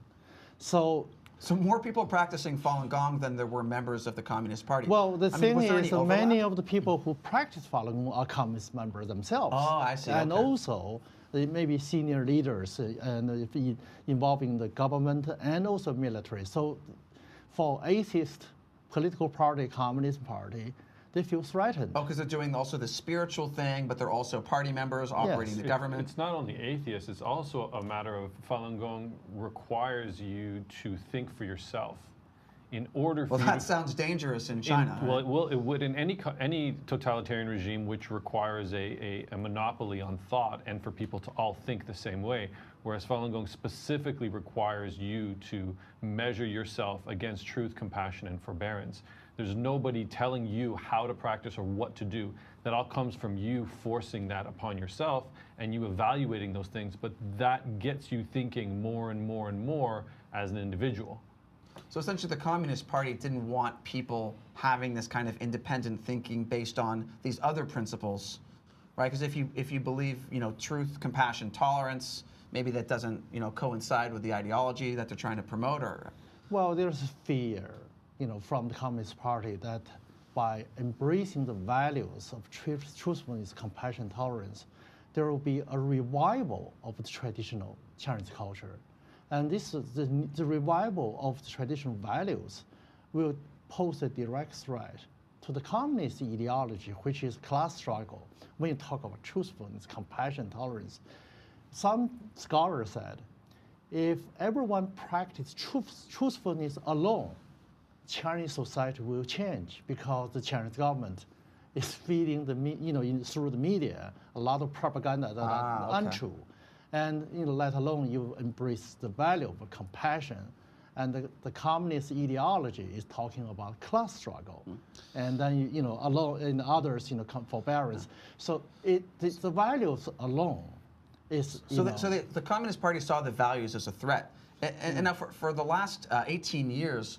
We've actually heard that a lot of Falun Gong practitioners have been, arrested and tortured for this.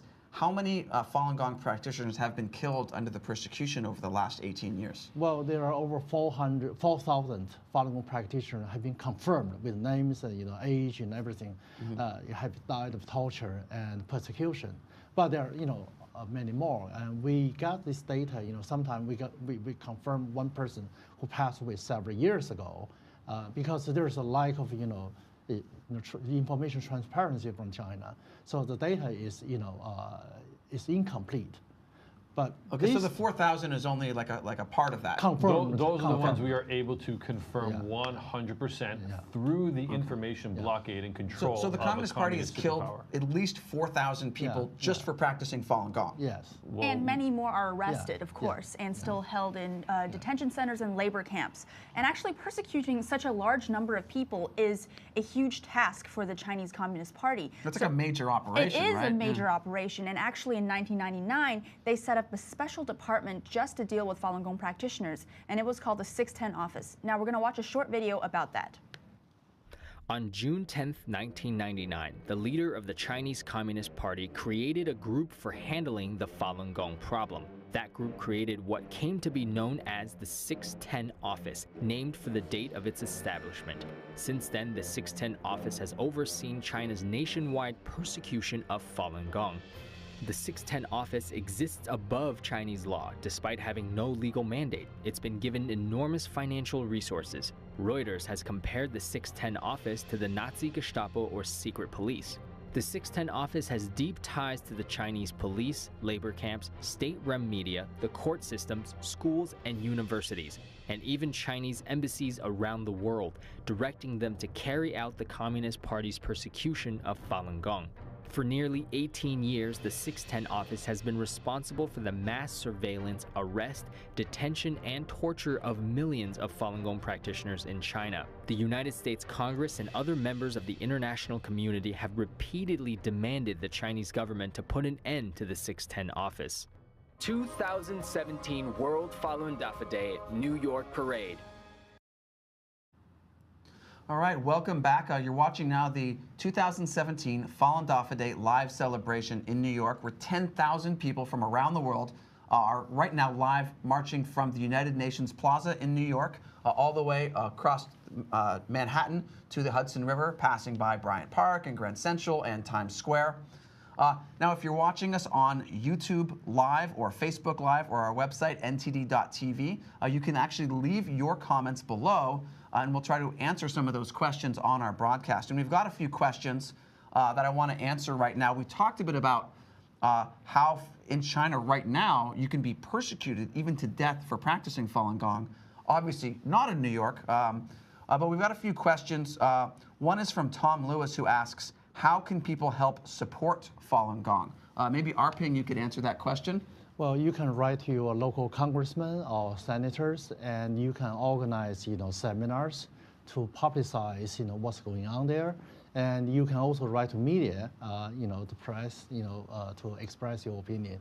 There are ways of doing. Of course, there are NGOs and nonprofit organizations, for human rights organizations. You can, voice your opinions there. Okay. And there's petitions on the Friends of Falun Gong website, on the Falun Dafa information website, particularly, calling for an end to the atrocities in China, and for encouraging heads of state to speak to China on the behalf of the persecuted Falun Gong practitioners as well. Okay, great, thank you. And I hope that answers your question. Now, I want to talk about another component of the Chinese Communist Party's persecution of Falun Gong. Back in 2006, this TV network, NTD Television, first reported on something called organ harvesting in China.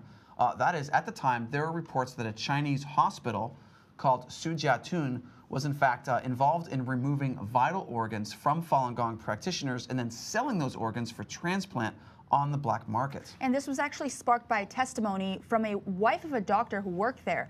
And this led some journalists and nonprofit organizations to start investigating. Now, although the mainstream media has been pretty slow to report on organ harvesting, there is quite a mountain of evidence that's growing. So let's watch a short video about that organ harvesting, and then we'll go to our reporter, Ben Hedges, for more. We call it a new form of evil on the world. It's never been done by any government in the past, to take a large group of its own people and say, we're going to kill you without any kind of a trial, and we're going to sell your vital organ parts.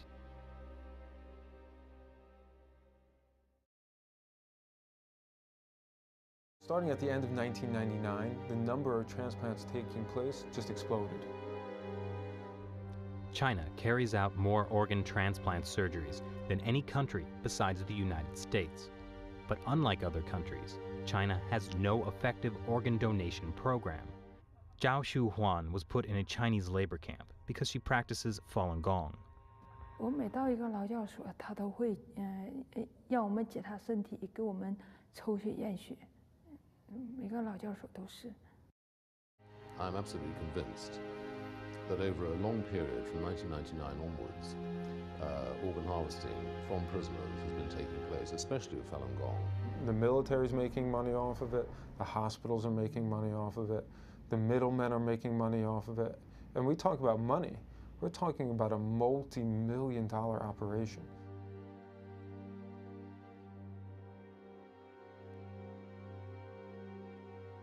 Millions of Falun Gong practitioners are being persecuted in China for their beliefs.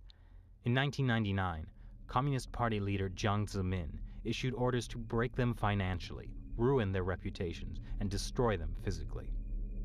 Since then, thousands of Falun Gong practitioners have disappeared without a trace. Military hospitals get watched in China, okay? There is nothing they can do without the party central taking note of what they're doing. Was this run by triads? No. This is run by the state. This was murder, and it came from the state. In 2006, two Canadians started to investigate allegations of forced organ harvesting in China.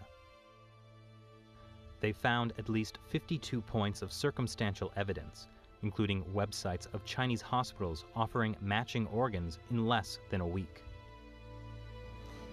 It's just not possible unless you have an unlimited source of organs. And these are people who are alive. We're talking about live donors. The actual transplant surgery itself was the form of execution. These were living people that were killed for their organs. 2017 World Falun Dafa Day, New York Parade. Well, I'm here with Dr. Weldon Gilcrease. Thanks so much for being with us here today, Doctor. Thank you very much for having me. And so why don't you tell us a little bit about your work? Yeah, sure. I work as a medical oncologist. I'm an assistant professor of medicine at the University of Utah. And then I work as the deputy director for Doctors Against Forced Organ Harvesting. And tell us a little bit about the work that your organization does. Yeah, so Doctors Against Forced Organ Harvesting was started in 2007, a year after some of the most horrific reports were coming out of China that prisoners of conscience were being killed for the organ trade. So China quickly became the second leading transplanters in the world after the United States within about 5 years without a formal organ donation or distribution system. So the organization started in 2007 to try to bring awareness to these atrocities. Wow. And, you know, I know that your organization actually was nominated for the Nobel Peace Prize last year. What was the work that you did to afford you that honor? Yeah, really, it's twofold. One of the things that we do is reach out to legislative bodies such as the United Nations, our federal government here in the United States, as well as state governments and local governments, but really to try to raise awareness. But the other side of it is really raising awareness throughout the medical community through letter campaigns and then face-to-face talks and different events that we put on throughout the United States. And could you tell us about, you were able to get some legislation through condemning organ harvesting, is that right? Yeah, that's right. There was a federal resolution, House Resolution 343, that was passed unanimously about a year ago, just under a year ago. But also there's been a lot of state legislation that's been passed recently in Pennsylvania, in Minnesota, and other states in the Midwest are passing resolutions at a state level. Wow. Yeah. Oh, that's incredible. And so, why is it so important for people to support your organization? Yeah, that's a great question. I think one of the things that forced organ harvesting brings up, this is one of the worst human rights abuses that the world has ever seen. It's being carried out by the medical community. So I think the more that we know, the better. But also there are two issues. One is that where the Chinese learning their transplant medicine, they're learning it from the West, from countries like the United States. So in ways, we're complicit with these crimes against humanity if we don't step up and stop it. And I also think it's just a basic human right, the right to believe. And if people want to help supporting your organization, where can they find out more? So there's a website, dafoh.org, and stoporganharvesting.org are both great websites to learn more information. So guys, if you want to find out more about these atrocities or even support the organization yourself, it's dafoh.org. That stands for Doctors Against Forced Organ Harvesting, doesn't it? Or stoporganharvesting.org. Thanks so much for talking with us today. Thank you so much, Ben. Thanks for having me. Thanks, Ben. Very informative. And for everyone who's just joining us, this again is NTD's special live coverage of the 2017 Falun Dafa Day Parade, and it's happening in New York City right now. And what we see on screen is some Falun Gong practitioners who are holding up banners that say Jiang Zemin responsible for mass persecution. And Jiang Zemin is actually the former head of the Chinese Communist Party, and he's the one who's primarily responsible for persecuting and targeting Falun Gong practitioners. Now, I want to answer some questions that folks are leaving below this live video on Facebook Live and on YouTube Live. Now, the first question comes from Christian Fredrickson, which is, how do you start? The answer to that is you can go to the Falun Dafa website, which is falundafa.org, or you can just Google Falun Dafa or Google Falun Gong. And you can find information about it, as well as a practice site where it's taught for free. As you mentioned, Zenon, it's taught for free in almost every major city. The next question is from Rabia Khatun, who asks, what does Falun Dafa mean? And now, Arping, maybe you could answer that question briefly. Falun means, in traditional Buddhist school, there's the talk about the will of law. And Dafa means a great way, which is the will of the law, great way, the great way of will of law. In other words, it means in Buddhist school, we believe everything go around in a circle. And so it's the law of the will. Okay. Yeah. And well, another viewer, Richard G. and Freddie asks, is there any verbal component of Falun Gong? Okay. Do you have to learn prayers or chants in Chinese, like mantras and meditation? No. We don't have that. No. Okay, so the answer is no. No. Now, I want to get back to what we're watching now in the parade, because we were talking about a much more serious issue, which is that if you practice Falun Gong, anywhere in the world, you can practice it freely, but inside China is the exception to that. And inside China, you can actually be arrested, sent to a labor camp, tortured even to death. And we just had an interview with Doctors Against Forced Organ Harvesting, talking about how in China, Chinese state-run hospitals and other hospitals are actually killing Falun Gong practitioners for their organs and then selling those organs on the black market. It's a pretty gruesome thing, and it's kind of hard to believe that this is happening right now in 2017. So Arping, what is sort of the latest estimate? How many Falun Gong practitioners have been killed for their organs? Well, we don't have really the accurate number because the information censorship in China, but the Chinese government claimed that each year they have over 10,000 organ transplant, also up to 20,000 organ transplant. And in the early of this century, at the turn of around 2002, I believe, in Madrid, they have a World Medical Association conference. The Chinese Vice Minister of Health, Huang Jiefu, claimed that over 90% of organs come from so-called executed prisoners. But according to the Amnesty International calculation, in China, averagely speaking, they execute about 3,000 prisoners. Well, so you're saying there's more, the number of organ transplants carried out is much more than the actual number of prisoners they're killing. Exactly, the data don't match. And they don't have, China doesn't have like a national organ transplant system. Well, this is because of the ancient Chinese belief, the tradition. In China, they believe the person should be buried in total part. You cannot separate a body part after a person died. Of course, today, people, like Western culture, they criminate, the bodies afterwards. But you don't separate the body parts to donate any part, and then you cremate it or bury it. That's against traditional Chinese belief. This goes back to thousands of years. This is why we don't have a sound public donation system in China.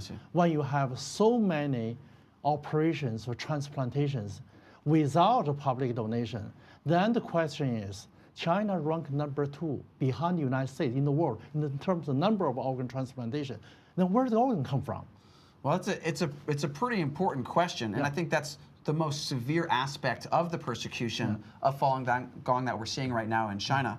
And sort of because of this persecution, I think what we've seen around the world over the last 18 years is a lot of Falun Gong practitioners organizing different events, organizing sort of peaceful resistance to raise awareness about that. And in fact, in London, there's been a project to counteract the persecution of Falun Gong that's been ongoing since 2002 for 15 years now. So we're going to watch a quick video about that, and then we'll go to our reporter from the UK, Ben Hedges, who's going to talk to someone involved in that.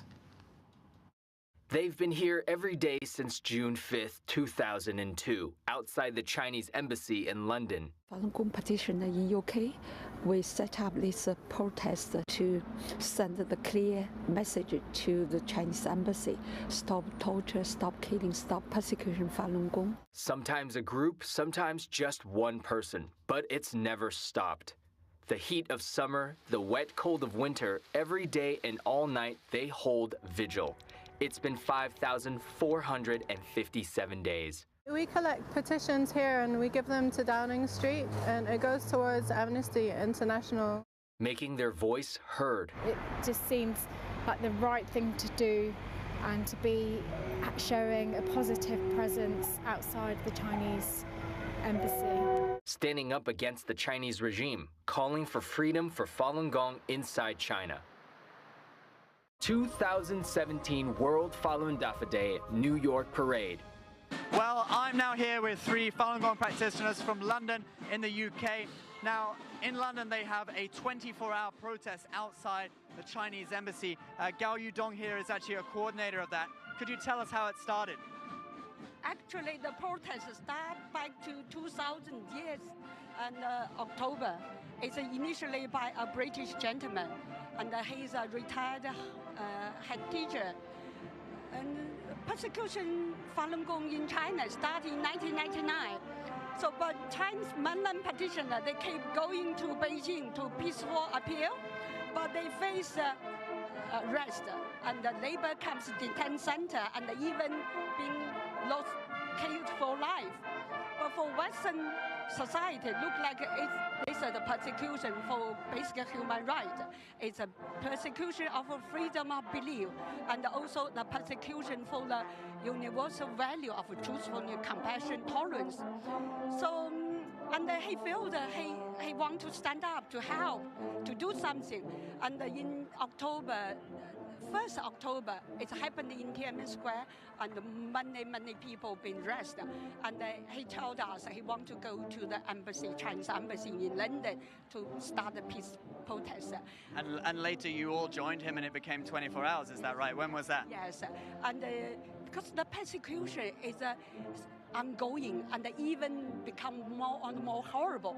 In 2002, so we started 24 hours, 7 days. And so it's been, well, since then it's been 24 hours, 7 days a week. I just want to talk to you two now. So you have both taken part in this protest. What's it like for you?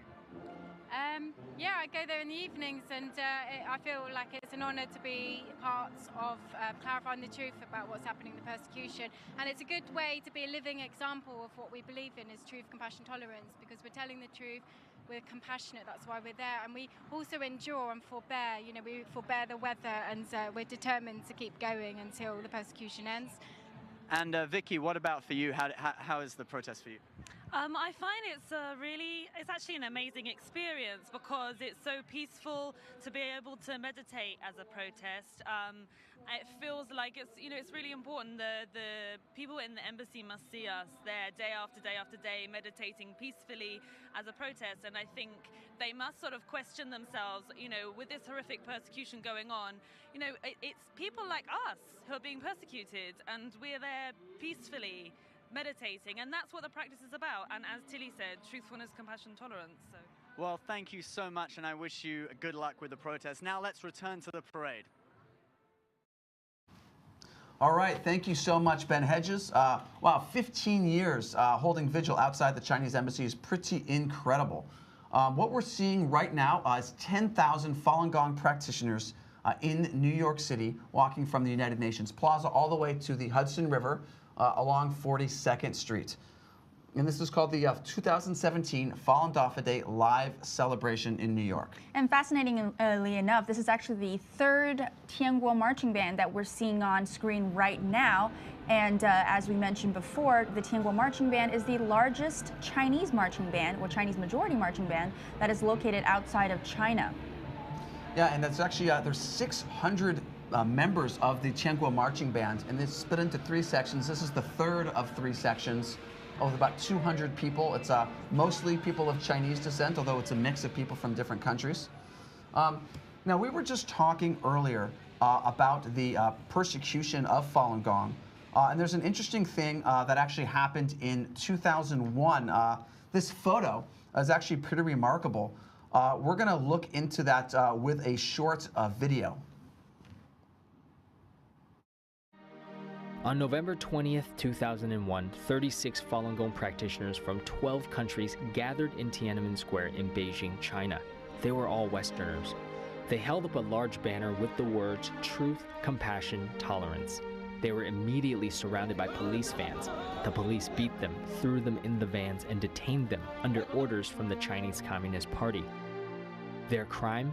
Peacefully calling for an end to the persecution of millions of Falun Dafa practitioners in China who have been arrested, tortured, and killed by the CCP. The event attracted the attention of major media outlets around the world that led to the intervention by the British, French, American, Canadian, Australian consulates in China. The Chinese police had no choice but to release and deport these Falun Gong practitioners back to their home countries. So I'm here now with Kay Rubacek, who was one of the practitioners who went to Tiananmen Square in Beijing in 2001 to protest.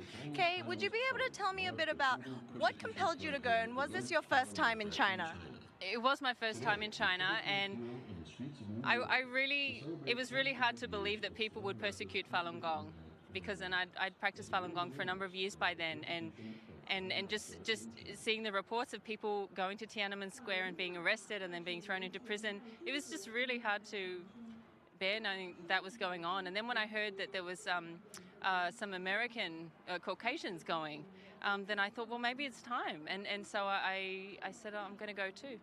Can you describe a little bit about what it was like being there and what was going through your mind at the time? I mean, I was pretty naive. I really didn't know what was going to happen. I didn't know if I would be arrested. I didn't know if they would not arrest us because, you know, we're Caucasian. I didn't know. But I really didn't think they were going to, like, really hurt me, like kill me. But I really had no idea. I had no idea. So what was one of the biggest draws that you gained from going on that trip? I saw it with my own eyes. I saw what the police did to someone that held a banner that said "Truth, Compassion, and Tolerance." I held the banner. I had the sign "Compassion," and then for holding that, that's why I was arrested, for holding that word.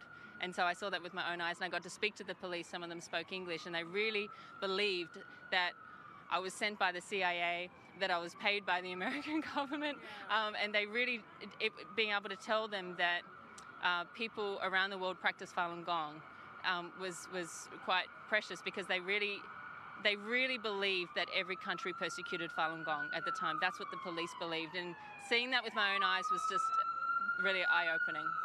Well, thank you for sharing with us your first-hand experience of going to Beijing in Tiananmen Square, and we're going to head back now to the parade. Thanks for that, Felicia. And Kay Rubacek, that's really interesting. Apparently the Chinese police thought that an Australian Falun Gong practitioner was sent by the American CIA to hold a sign that says "Compassion." Pretty unusual. Now I want to talk about something related to that, and we've got with us in the studio Zenon Dolnicki, who's been practicing Falun Gong for a couple decades. Now Zenon, I want to talk about something related, and Jimmy, could you just roll clip 27, please? It's the Great Wall of China. So who is Zenon? Who is that guy? Looks like on the Great Wall of China. That's me. I went with a friend of mine, and we didn't know to what degree we'd be able to even to get to Tiananmen Square. Well, look at that sign. What does that say there? The sign says Falun Dafa, and we wanted to make sure that it means Falun Dafa is wonderful, Falun Dafa is good, and we wanted to make sure that that sign made it from Westerners to China. In the event, we got arrested before being even able to make it to Tiananmen Square. So you shot that wall, that video on the Great Wall of China. Correct. And that was 2001. Yes. Right. And you look pretty. How old were you at the time, Zenon? 2001, so I was 20, 21, something like that, 22. Okay. Yeah. And so you were with that group. You went with Kay Rubacek as well? I did not go with her, and I did not know who would be there. I originally planned on going because we had gotten a lot of media coverage in Canada, and we felt pretty good that Canadians were educated that the persecution of Falun Gong was happening, and so we wanted to do something more. And so we started to plan a trip to China. We then heard other people were, and so we just found out what date it was, and we just made sure to go on the same day as them and go to the same part of the square as them. But I had no idea how many people would be there. And that photo we just saw of those people holding up a sign, truth, compassion, tolerance, that was not, you were not in that photo. I was.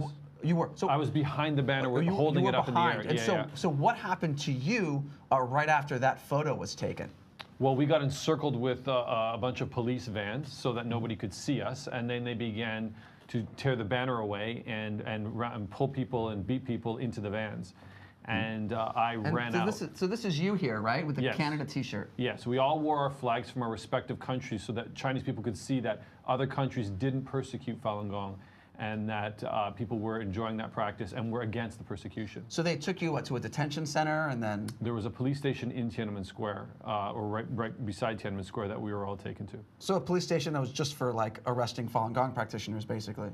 Or protesters I'm sure it was of different used types? that way since 1999 a lot because of the volume of peaceful appeals that were taking place from Falun Gong practitioners pretty consistently for years.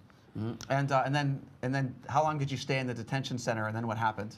We were kept in there for, I would say, 4 to 6 hours, and then moved to remote sites where we were held before being put on planes. There was over 10 countries' foreign affairs offices calling China, saying, give us our people back. So the pressure was pretty intense. And it's a unique time because it shows what the pressure from foreign governments can do. And when China is wielding its economic strength and saying, you know, we have trade and be quiet on human rights, when they actually do speak up, you can save lives. And I'm an example of that. Interesting. Now I want to go back to the parade. And what we're looking at right now is the parade, the 2017 Falun Dafa Day live celebration in New York. We've got 10,000 Falun Gong practitioners marching across New York City. These banners here, what does those banners say? They read various things. Some of them say disintegrate the Chinese Communist Party, reviving Chinese culture, and also saying the spread of 9 commentaries. All right, so the 9 commentaries, you know, what are the 9 commentaries? Well, let's take a quick look at a video about the 9 commentaries. The 9 Commentaries on the Communist Party is a series of editorials published in November 2004 by the Epoch Times newspaper, first in Chinese, then in English. Today, the series has spread worldwide as a book. It's available in at least 33 languages, and it's inspired a set of TV documentaries as well. The 9 Commentaries is openly critical of the Chinese Communist Party, or CCP, and its use of brutality to rule over the Chinese people. It reveals the CCP's true history, a history that Chinese textbooks and government propaganda have buried for decades. The systematic use of torture and brainwashing, the billions of dollars spent on labor camps, and the cover-up of mass murder. Within a few weeks of publication in Chinese, the Epoch Times began getting statements from Chinese citizens saying they wanted to withdraw from the CCP. As more statements came in, the Epoch Times started publishing them. This led to what's now called the Tuidang movement, or the withdrawing from the party movement. Today, more than 270 million Chinese people have withdrawn or renounced their affiliation with the CCP.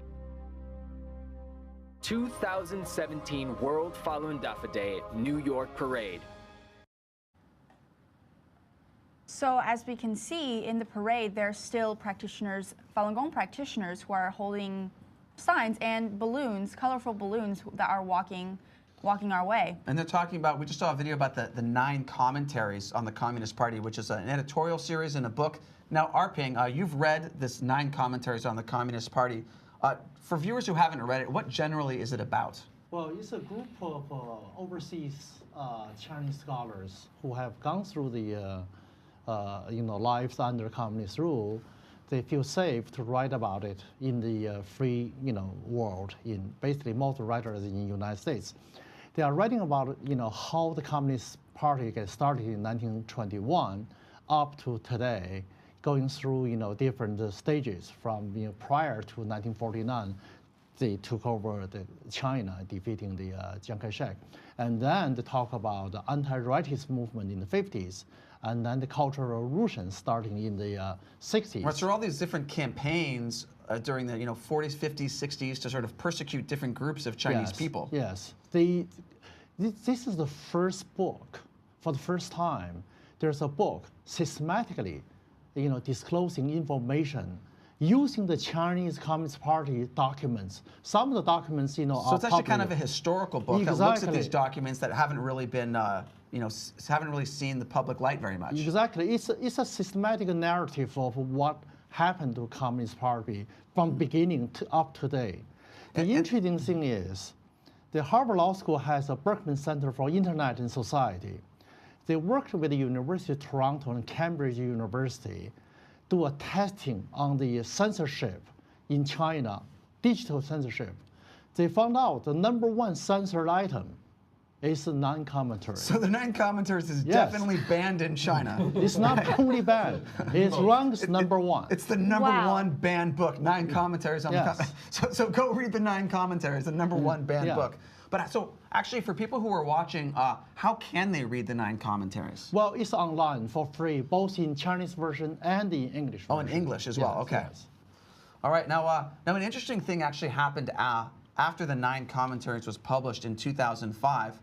And as the video we saw just now mentioned, it sparked this thing called the Tweidong movement, which roughly means quitting or withdrawing from the Chinese Communist Party.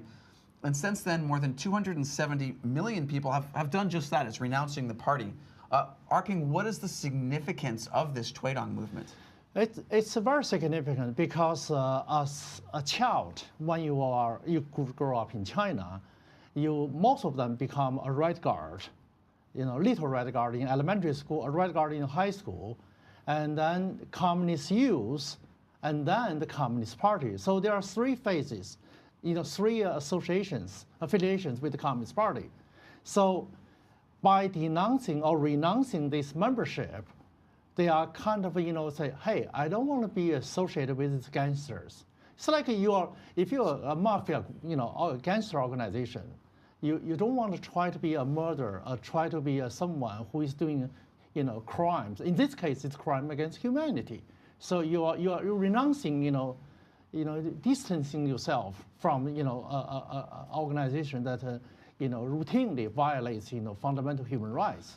And so the leader of the Chinese Communist Party in '99 who started persecuting Falun Gong was a guy named Jiang Zemin. Yeah. And actually he had spent about $500 million just in 2001 to build brainwashing centers and labor camps to persecute Falun Gong. And he's directed billions more of the country's resources over the next several years to arrest and torture and murder Falun Gong practitioners. And now what we're seeing in the parade, as well as what we're seeing kind of around the world, is Falun Gong practitioners calling on Jiang Zemin, or calling for him to be put on trial for his crimes. So let's watch a quick video on that, and then we'll go to our reporter, Ben Hedges, for more. Jiang Zemin, once the powerful head of the Communist Party. He rose to power after supporting the bloody 1989 crackdown in Tiananmen Square. 10 years later, he launched a new, brutal campaign, this time targeting Falun Gong. But recently, Jiang Zemin has been facing legal action. In 2009, Spain's National Court issued an arrest warrant for Jiang Zemin for genocide and the persecution of Falun Gong. In the same year, an Argentine federal judge ordered the arrest of Jiang Zemin. Taking action against Jiang inside China is harder, and it's also risky for Chinese citizens to get involved. But that seems to be changing since May 1st, 2015. That's when a new Chinese policy dictated that, quote, all cases filed according to law must be heard and dealt with, unquote. Many Chinese citizens took this as a green light to file legal complaints against Jiang.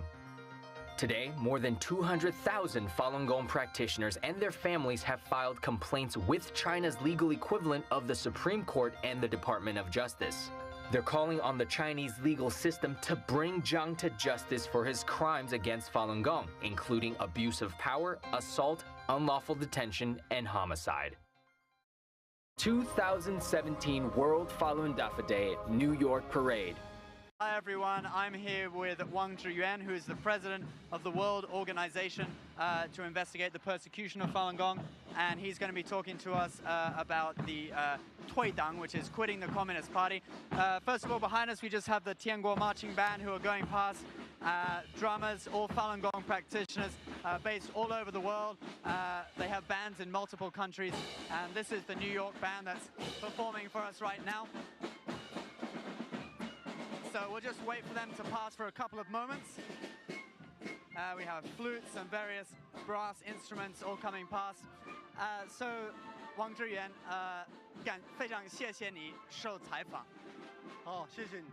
Now, what I want to ask is that right now there's a trend of people in China quitting the Communist Party, and I'd like to know, what effect this is having. So, 退党这件事情的目前的进展是什么？目前已经有超过20多万法轮功学员和他家人向中国的最高检察院控告首恶江泽民，超过28个国家200多万民众联署举报江泽民。So, in addition to quitting the party, right now there's also over 200,000 people from mainland China have actually filed lawsuits against Jiang Zemin, who is the former president of China, former leader of the Communist Party, and the instigator of the persecution of Falun Gong. In addition, there are Chinese immigrants in 28 other countries who's also filed lawsuits. 你觉得对诉江这件事情对社会的影响是什么？法轮功学员起诉江泽民，震撼着中国，也震撼着国际社会。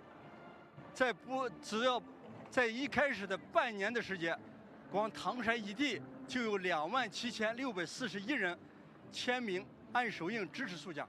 Well, so it's happening very fast, and even in the first 6 months of this movement, there were over 27,600 people filing lawsuits just in the one region of Tangshan in mainland China. And so finally, 把江泽民绳之以法，真的可能吗？完全可能，而且是必然的，而且还会很快就到来。So he said he really believes that it will be possible to bring Jiang Zemin to justice for his crimes against humanity, and it is actually inevitable and will happen very soon. Thank you. 因为活摘法轮功学员器官，这是人类历史上从没有过的邪恶，而且是全国大范围的做。这件事情一旦曝光，伴随的是中共的解体，江泽民的审判。So he says that the live organ harvesting from Falun Gong practitioners is a type of evil that has never happened in the world before. And as soon as more information about this is made public, it will bring about the demise, the crumbling of the Chinese Communist Party, and Jiang Zemin will be brought to justice. Thank you so much. 谢谢你受采访. Okay, we'll go back to the parade. Well, thank you, Ben. That was some excellent Chinese on your part. And when we were introducing him, we failed to mention that actually our reporter, Ben, speaks fluent Mandarin. And as you can see, what you're watching now is actually the 18th World Falun Dafa Day Parade, and it's actually coming towards the end of that. Right, and it's happening right now in New York City. About 10,000 Falun Gong practitioners are marching from the United Nations Plaza in New York along 42nd Street, past famous landmarks like Grand Central Station and Times Square, and going all the way to the Hudson River. Now, in the interview that we just saw, we talked a bit about this thing called the Tuidang movement, which is a movement where more than 270 million people have renounced their affiliation. So let's take a quick look at that Tuidang movement with this short video.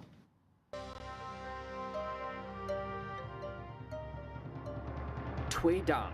It's a grassroots movement that's challenging the rule of the Chinese Communist Party. Most people outside China have never heard of it, but it could play a key role in determining China's future. Tui means to withdraw or quit. Dang refers to the Chinese Communist Party. more than 270 million people have issued Tuidang statements announcing they are withdrawing from the Chinese Communist Party and its affiliated organizations. Some of those people who've participated in Tuidang directly ended their current party membership. Others are former members. They joined the party at some point in their life, or as kids they joined the Communist Youth League or the Young Pioneers, or they had other connections to the party. The Tuidang movement is an expression of what's in people's hearts. It shows how a huge segment of Chinese society, roughly 20% so far, have renounced the Communist Party. They're saying they want to see a future for China without it.